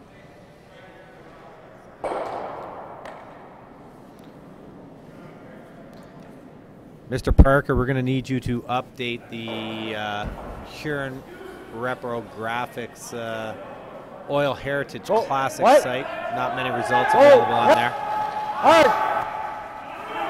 Hard. So Jean-Michel Menard and Brad Gushu qualifying in that event. Real hard. A-side qualifiers. Hard, all you got. I really like Brad's team. keep going, Gushu's got a Nolan. great young team there. If they're not in the mix this go around, which I believe they still are, they're possibly favorites for the 2018 Olympics.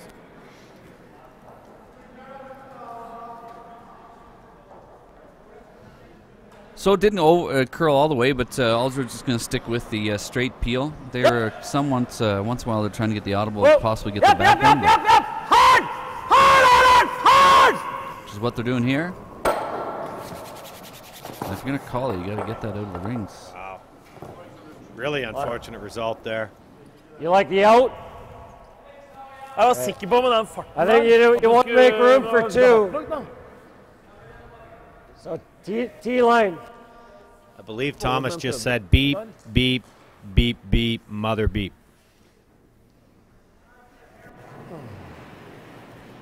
That's our way to censor. That's good. Really good, Pete. Yeah. Pat Simmons with the opportunity to take advantage of that miss. We talk about key situations then, and this is definitely the opportunity Kui was waiting for. Yeah, they've earned a little luck in this game. It'd be nice to see them grab at least a 2, if not 3, and bring us down to an exciting 8th end here. Okay. Wait up. Key here for Pat, he needs to get this rock in deep enough that it creates enough room for a second stone. Lines. Stay with it, Nolan. Just hanging there. We've seen this numerous times with pure T-line weight. If a player throws that, it doesn't get the finish. This one's just going to finish, but peeks out the other side.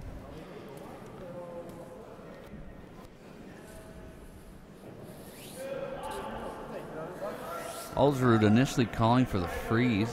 Yeah, I don't think he even looked to see if it peeked out that other side at all. Oh, because that just calls danger to me. Up 3 without hammer.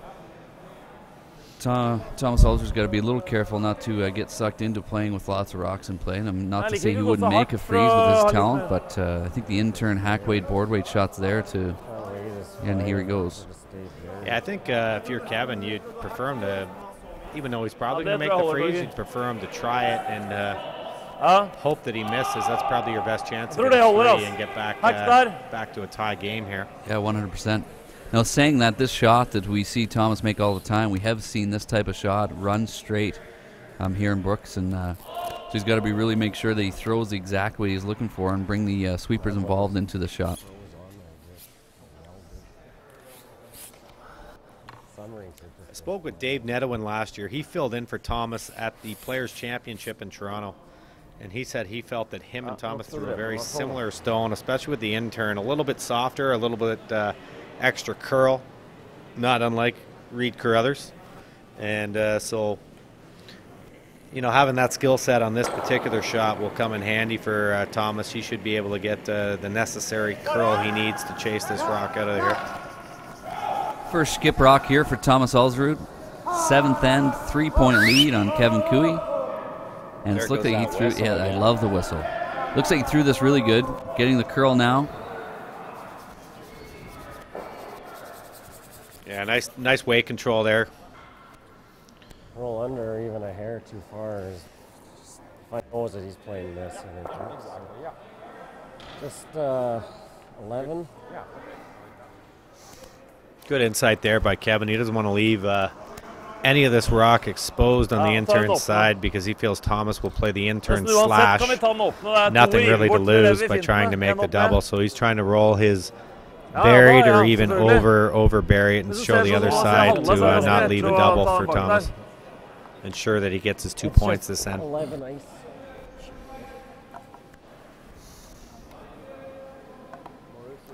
First rock here for Kevin Cooey. It's a backline hit and roll behind the center guard. Chance to secure the 2-point score here for Cooey to get within 1 point again. Flop it a hair, maybe, Pat. He didn't want to hit the high side of this one because he didn't want to leave any double opportunity for Thomas. That's good. Whoa, a real far. And there will be a double call here for Thomas. He wants to go for it. He'll be happy with just a single, too. Naturlig halsstein, er det ikke det? Ja. Men jeg ruller ned mot den. Sånn is he spiller pil. Lining up the doubles, Thomas Ulsrud with his last rock here in the 7th end. Cooey has hammer, looking to try to score 2. Thomas is going to try to stop that himself.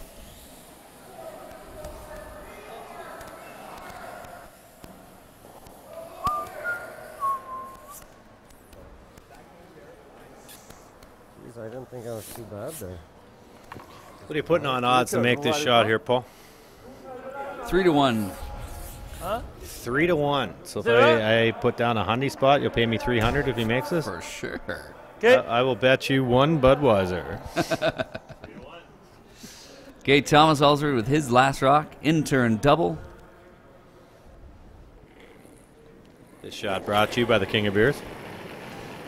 Whoa, whoa, whoa, whoa, whoa. Whoa! Whoa!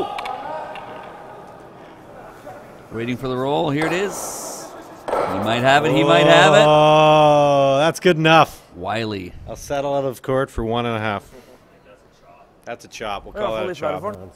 Great leave by Thomas Ulsrud. That could be a game-winning stone right there. Oh, yeah, arguably better than the double possibly. So forcing Kevin into a lightweight, in or out turn tap and try to stick the shooter.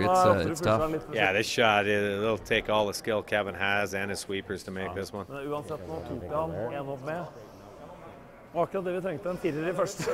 En firer i første, var det Men jeg synes det litt morsomt å se, vi blir tatt til lære, altså. Og blir flinke til å plassere de og være så jævlig presise. I'd like to be a little less. Ja, det gjør det. Ja, det gjør det. Ja, nei, mister du en stein i en omgang, så blir du rævkjørt resten av omgangen, faktisk.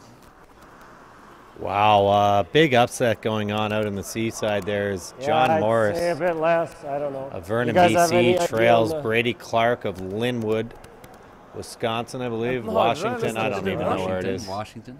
We're going to go 5-2 for Brady Clark over John Morris. And Brent Pierce was forced to 1 in the 6th end. He will head to the 7th end, tied up with Kevin Martin. 4-4. Is that a little stick here or no? So I take a hair off my last throw.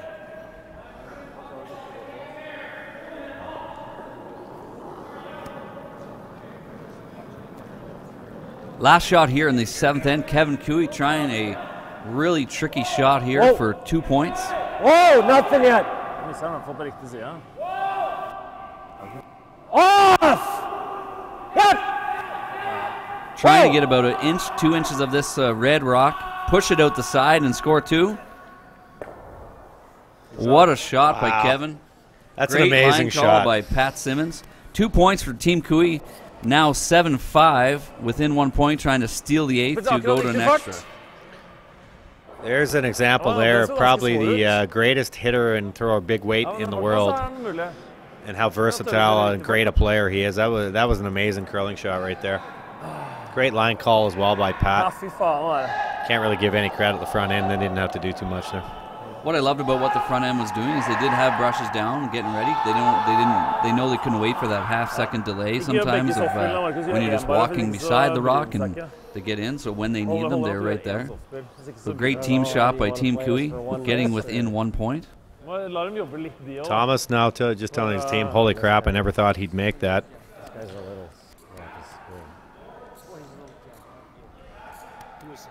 Maybe play it deep enough that we have room for 2 if he misses, but I think if you put it too tight, it's just an easy shot.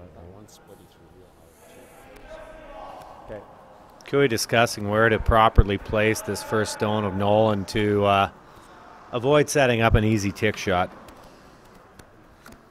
You know what we haven't done yet today is given a birthday shout out to 2-time World Junior Champion, 2-time men's curling champion, Mr. Canoehead. Yep. Mr. Canoehead, some month in the calendar, Craig Saville. Happy birthday, Craig. Very well done there, Paul. Thank you. Sure, Saville's celebrating with one of his homemade bottles of wine. Oh, no, he doesn't.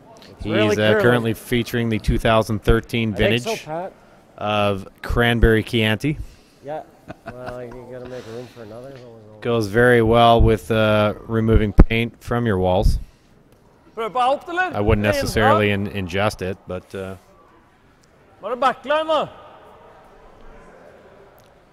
So intern guard for Team Cooey by Nolan Thiessen. Kevin just talking about just making sure there's space for another one. They might have wanted to sweep that a little bit farther. Marcus Hoiberg for Team Ulsrud, looking for the out-turn tick shot. Just trying to move that off the center line. A perfect world to push it all the way to the side and lose his shooter. Okay. Or... Oh, it looks like he's going to nose hit it. Perfect world. I'd be dating Russian Kate right now. Oh, he's still going to keep it in play, I think. Some team sweeping there by Kevin Cooey and Thomas Ulsrud. Yeah, it's good to see the skips sharing the duties there. I liked Ulsrud helping out Kevin, realizing Kevin was using a hairbrush. Thomas stepped in there with his Norway pad produced by Goldline and helped Kevin get that out of the rings. I think what Thomas was actually doing there, he knows he's such a bad sweeper. He was actually trying to slow that rock down. That's what I used to do when I played. Real hard. I think you put one right in the lid.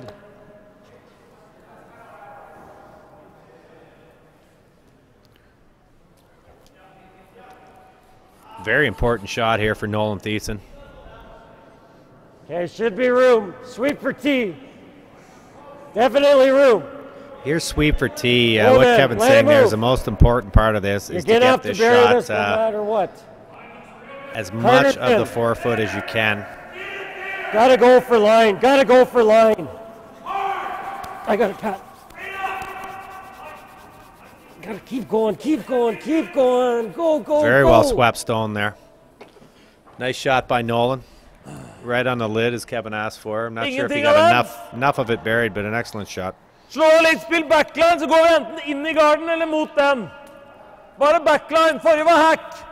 He's asking for backline to hack, hoping to kill the rock. And I believe he said, don't be wide, you doofus.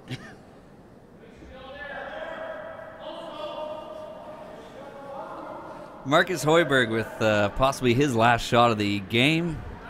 Thomas Ulsrud with hammer and a 1-point lead against Kevin Cooey and his Calgary-based team. Hard! Nå må du ta i! Hard! Hard, hard, hard, hard! Hard! Whoa, whoa, whoa, whoa, whoa, whoa, whoa, og så egen. Wow. That is not ideal. Okay. No, just a little light there, I think, Paul. He was asking for backline to hack, and he got probably T-line out of his hand because they swept that end-to-end. So that's a huge miss. Pat? Show him half here and hope he misses that. So not quite dead buried, but split center. Such a precise call there by Kevin. Might as well play it to sit two. Kevin trying to not only get this rock buried, but in the best possible position to not set up a double or a triple.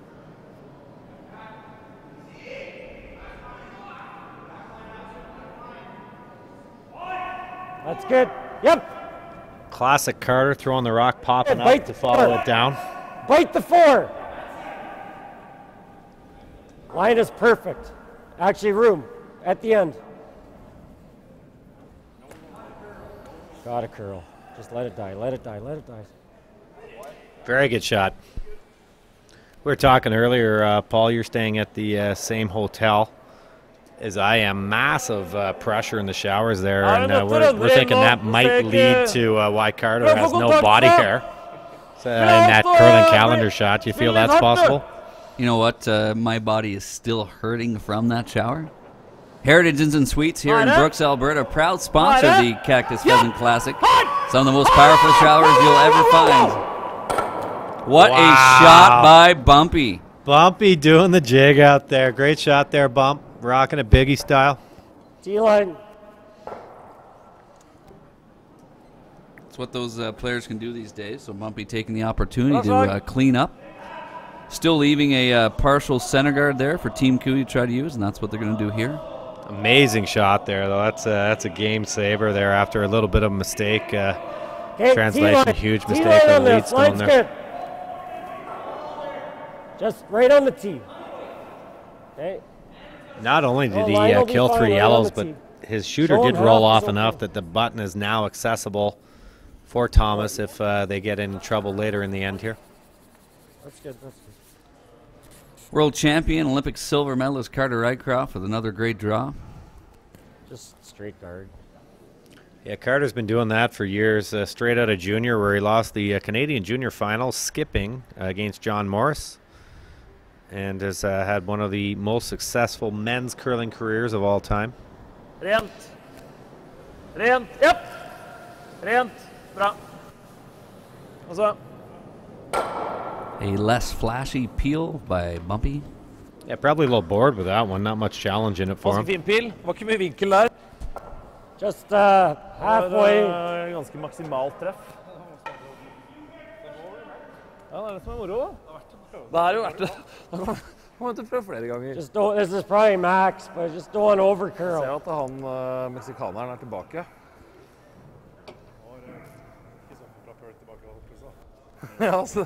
Ja, det hjelper. Da var du vant til å gjøre sånn det var. Men kaneren har jo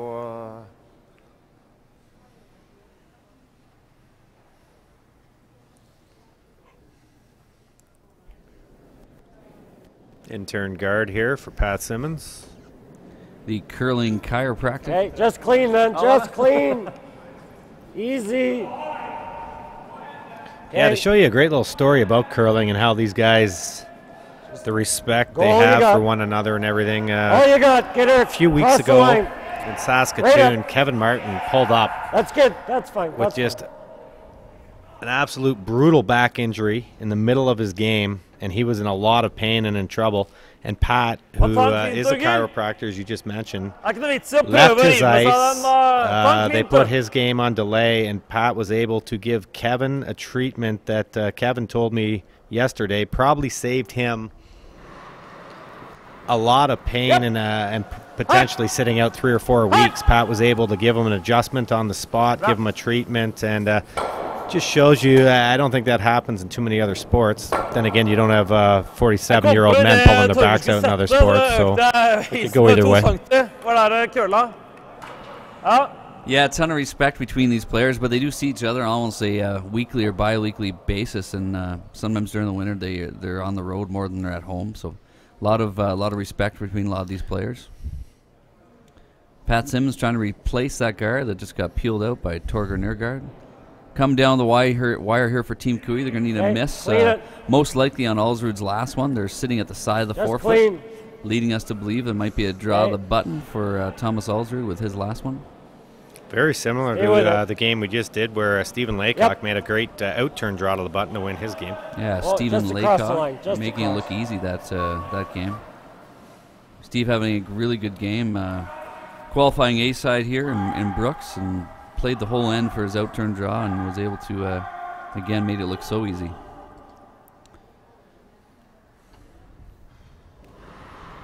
Well, do you think you want to center or guard it? Bra.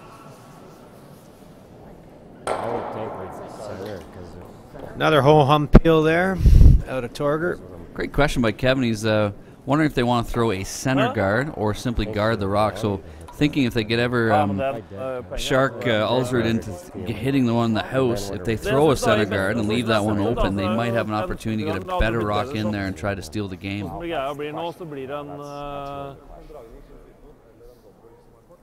I think the only problem with that strategy is the placement of the Yellowstone. Even if Ulsrud was to fall for the trap, if you will, he's still going to be able to come off of his own, no matter where Kevin puts his draw. So just take the same ice then as you. He might be best just to guard it up.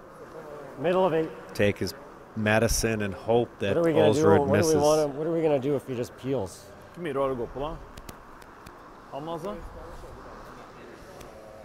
Poenget er at du vil helst ikke dra mot 2 da. Eller 2 inn I filten, ikke sant? Du må jo... And if he does, that's probably good. Ja. Jeg tror ikke han garder den, han garder senter. You just want to guard it and guard it? Guard it twice?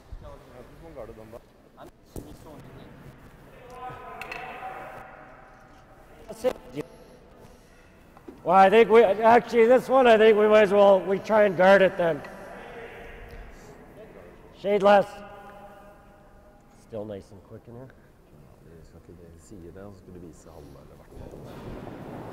Kevin's decided to just go with the straight guard after a conversation with his front end. Have some room.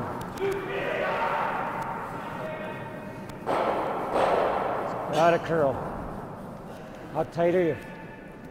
First rock here for Kevin Cooey in the 8th end. Could use some curl. He's trying to guard that yellow rock that you now see in the 4-foot. Good curl. Oh, keep going, Carter. Keep going. Go, go, go, go, go. Definitely missed on the pro side there. He didn't worry. He missed it a little on the center line side there, Paul, but if this rock gets ignored now, he's guarding more of the button, so he'll be happy with that result. Yeah, absolutely. Kind of in the middle of what he was talking about. Altså det han kan gjøre hvis han tar garden, hva han kan gjøre etterpå da? Han kan dra... Ja, man kan dra hit eller noe sånt. Du har jo slashen, hva annet? Du nødt til å få slashen, eller han kan dra frysen på egen selvfølgelig. Ja, så hva det han har? Possible last 3 rocks here in this B semi here in Brooks, Alberta. Cactus Pheasant Classic. Paul Webster here with Pete Stesky. Ja, vi klipper den, så må han være ekstremt precis. Game's been dictated pretty much by the first end when Cooey gave up a 4-ender against Ulsrud. Han gjør et jævlig vanskelig slag. They've been trying to claw back and did an admirable job of that, getting 6 points since then. Conversation there between Thomas and his third. He just, I believe he said that tricky, sneaky Canadian trying to fool me. I will not fall for your tricks, and I will peel this guard. Yes. Again, loosely translated. Peeling the guard, a key shot, I believe. Thomas Ulsrud with his first here in the 8th end. Straight peel. Hard.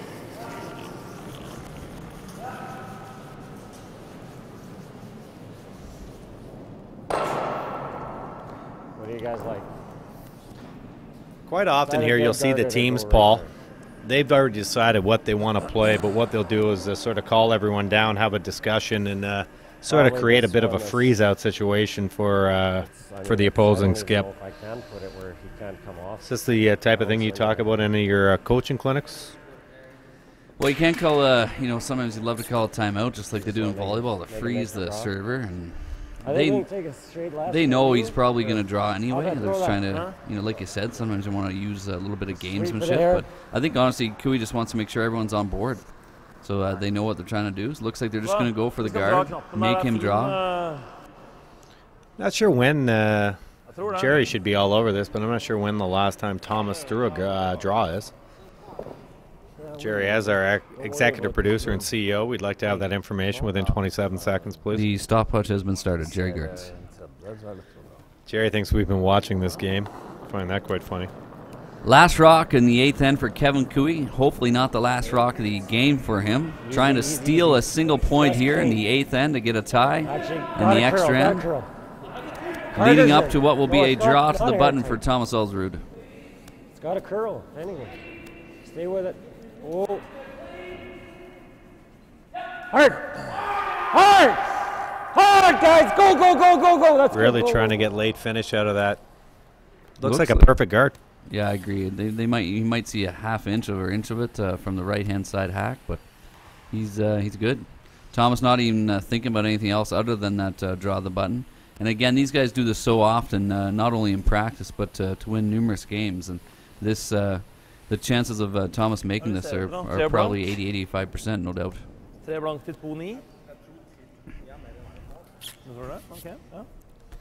So final shot, possibly this B-side qualifier, or sorry, B-semi, leading to a B-side qualifier. Winner of this game going on to play China.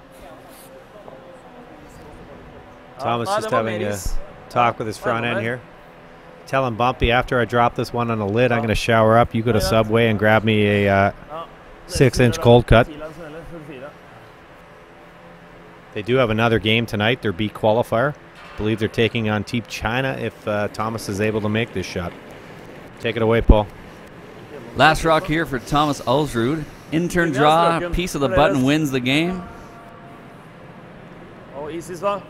Boys aren't loving it. No brooms are down at this point. Normally they'd be cleaning this rock. We could be going to an extra end here. Looking for a pick. Not getting one. Not getting it back. 8-foot back, 12-foot by Thomas. Taking the sweepers out of it. Cooey back in the game. Now we're going down to one end. Dropping 4 points in the first end. We did not think we'd be playing 9 ends. Kevin Cooey trying to steal away this game. One more end. No, I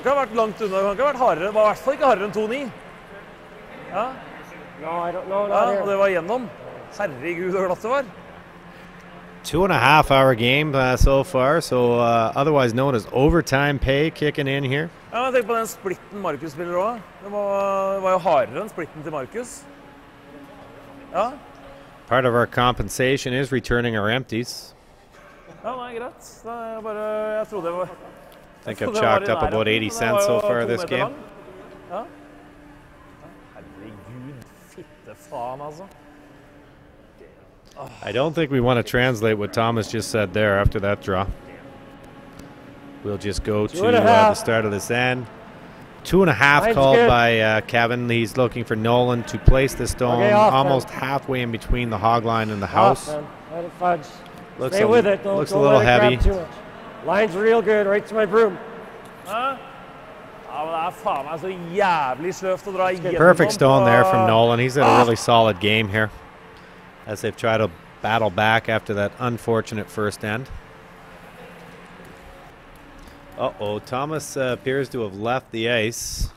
We know what happened last time this happened.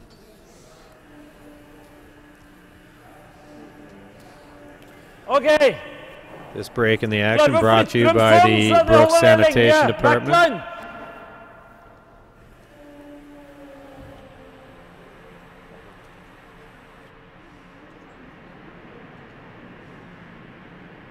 Looks like they're going with a tick shot here. Out-turn tick. A lot of the teams are playing these across the face. Lisa Weigel of Team Rachel Home, the superstar tickster at the Scotch General Hearts last year. Most valuable player in the Scotties.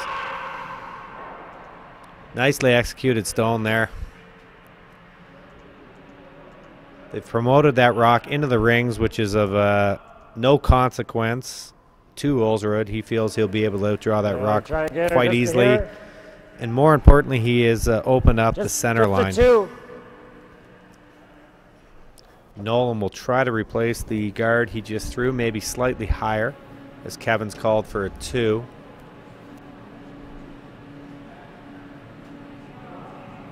Again, curlingzone.com providing this coverage wherever it is, for get free. it just across the and line. This is free bonus coverage. Yep, go Pat, go. It's helping Go, come on. helping worldcurl.com and curlingzone.com if you can like this broadcast where you're sitting. So trying to find that thumbs up symbol, like it a lot. Even dislike it. You don't even have to. You can dislike Pete, yeah, but like the broadcast. Exactly. Dislike the whole thing. It doesn't really matter. It just shows you're watching.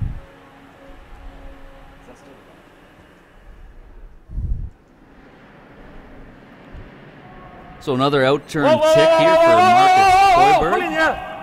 I believe the Norwegian whoa is for I don't like it, but I'll always give that up to our Norwegian translator, Pete Stetsky. I actually missed that. I was reading a tweet from Mike Hannafin giving us a shout-out. Thank you very much, Mike. And Roland Robinson trying to be funny, but he wasn't, so I won't read his. So a little hard on the angle and sweeps that out of play. Kevin Cooey without help from Thomas Ulsrud sweeping that time. It's good to put that center guard back. Good to see Thomas. So again, Paul Webster with Pete Stetsky here in the booth, or if you can call this a booth, here in Brooks, Alberta, cactuspheasant.com, Cactus Pheasant Classic. If you want to send in some questions, you can send them via Twitter at XLPurpleSweater, at XLPurpleSweater for Pete, or at curling_coach for myself. But either way, we'll try to get them on the air unless Pete decides that it's not funny enough. And yeah, you still get a shout-out either way. Roland's a great guy. Looks heavy. Alberta curler, local guy. Got to know him a little bit last year in Red Deer and then in Brantford. Got miles of room. Cheers to you, Roland.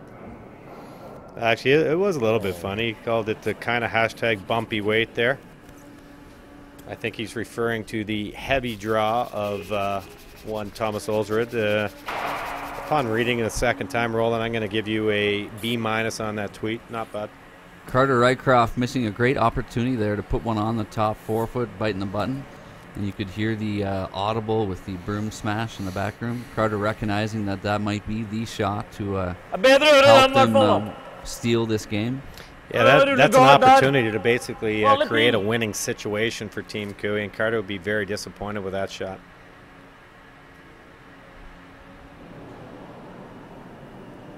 Yep, hard. Bumpy whipping down another in-turn peel here. Hard.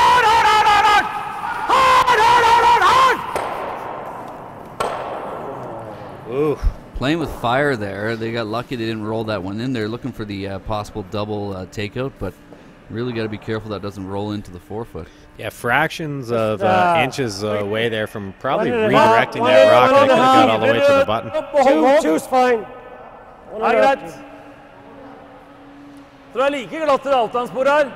Kevin looking for a 2 guard here out of Carter. Right here, guys. Level I play at now, Paul, and with the people I'm playing with, the likes of Tim Ashby, I'm just hoping he gets this rock in play. I give him the option of anywhere from 1 to 10. Sometimes he chooses 0 or 12, unfortunately. And by sometimes, I mean 70% of the time. High guard there by Carter Rycroft. Ulsrud taking no time, just getting rid of everything. Rent. Yep. A lot of big weight hits been thrown by Bumpy here. He's been flawless on these peels. We had an excellent triple last time that we thought might end the game, but unfortunately for Thomas, a little heavy on his last draw there.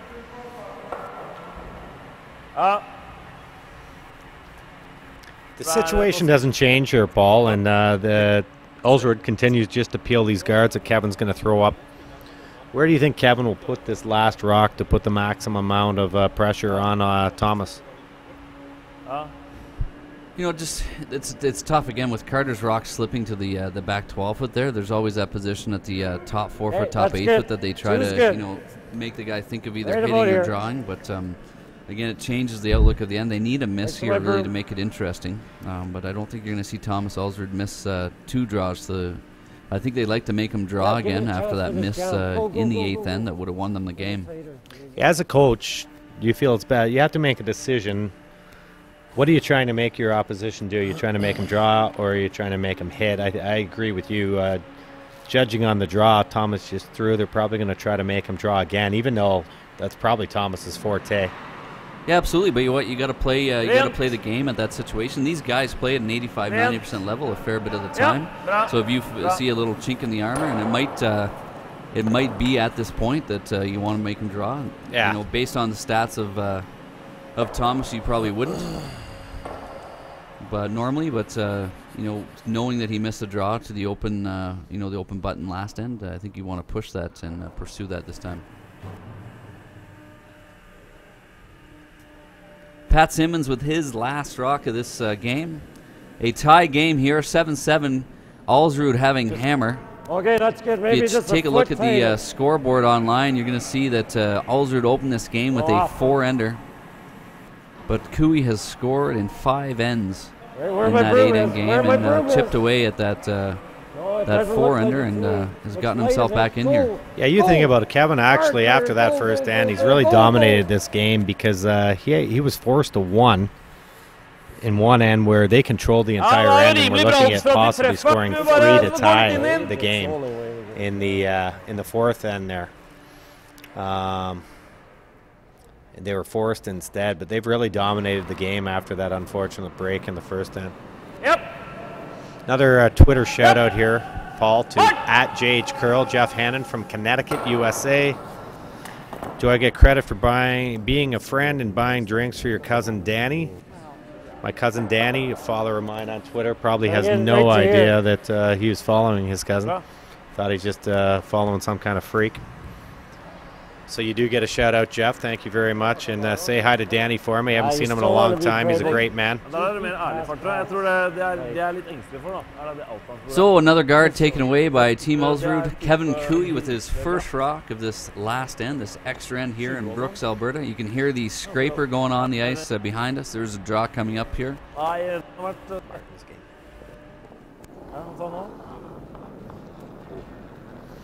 For you Kevin Martin fans out there, he was forced to 1-7, but stole 2 in the 8th end for a 7-4 victory. That's a final over Brent Pierce. So Kevin will advance and take on Brady Clark of the USA tomorrow in a C semifinal. Go all you got. That's good. That's good. That's good.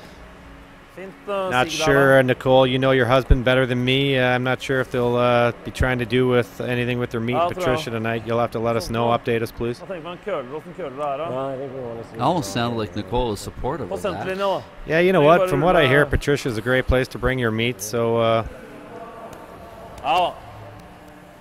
it is a local hotel/restaurant where they allow you to bring your own meat, cook your own steak, bison, venison, who knows, whatever you want to bring out there. Personally, I'd go with ostrich, Paul. That's a true story. Outturn peel here for Thomas Ulsrud. First skip rock for the Norwegian champs, representing Norway at the Sochi Olympics coming up here in February 2014. Typically, Norwegian champions do represent Norway. That's my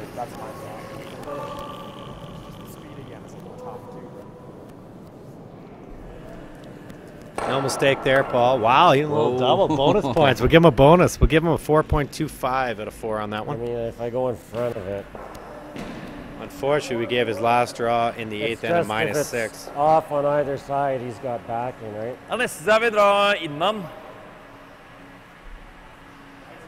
Makes the draw a little harder. Hvis han drar, hvis vi kan kjappe så, men jeg hadde på den som like here. kom over her, så jeg hadde hogg på 20.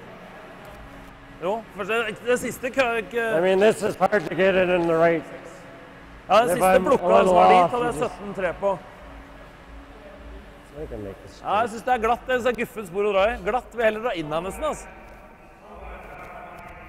You look at the rings right now, and Cooey does have 2 rocks in play, but that rock that's just by Kevin's feet is a opportunity that Carter had to put it in the top 4 foot, top 8 foot, and that really is dictating the last few rocks of this end. Absolutely, Paul, and I mean, nothing would have changed in this end had it even held on at the back 4. Thomas still would have continued to peel those guards, but it would give Kevin the opportunity to throw one top 4 and put maximum pressure on Thomas for forcing him to play a draw to the full 4 foot. But right now, excellent discussion there. They've decided to throw the in-turn draw just off the center, close enough to the 4 foot to matter, or maybe just putting it in Thomas' mind, maybe you want to hit that stone. Right on the tee to So again, we talked about our A-side qualifiers right now. This is setting up to get into a B qualifier. The other B qualifiers that are set for later tonight, Andrew Bolesky will be playing Nicholas Adin. Kevin Cooey or Thomas Ulsrud will be playing Team China, and Dave Murdoch will be playing Rob Fowler.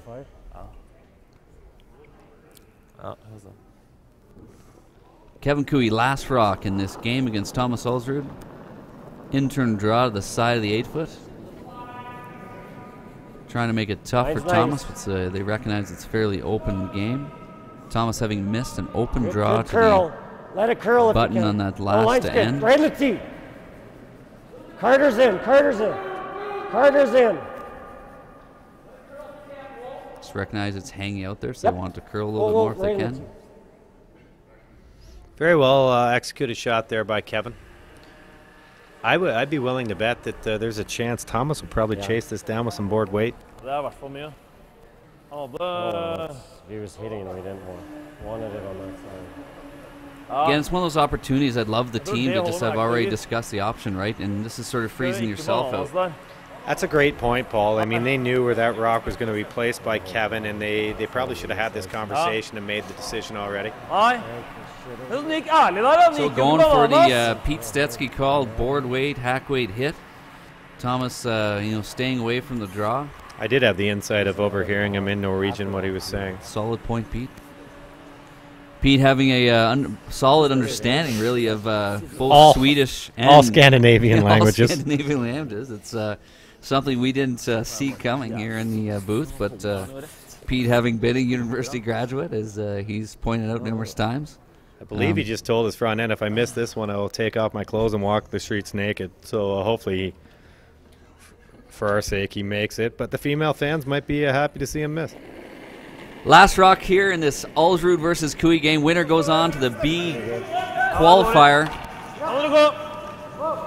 In-turn backline weight hit here for Thomas Ulsrud. Just needs to stick it for one, stay in the 4 foot. Looks good. Looking good. One sweeper on it, and he does just that. Ulsrud beats Cooey. 8-7 is your final. Again, Paul Webster here with Pete Stetsky. Tune in later today when we'll be doing another game here from Brooks, Alberta, Cactus Pheasant Classic.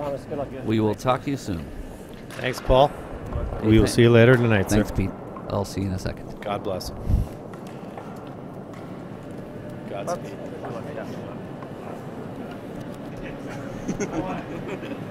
It's me.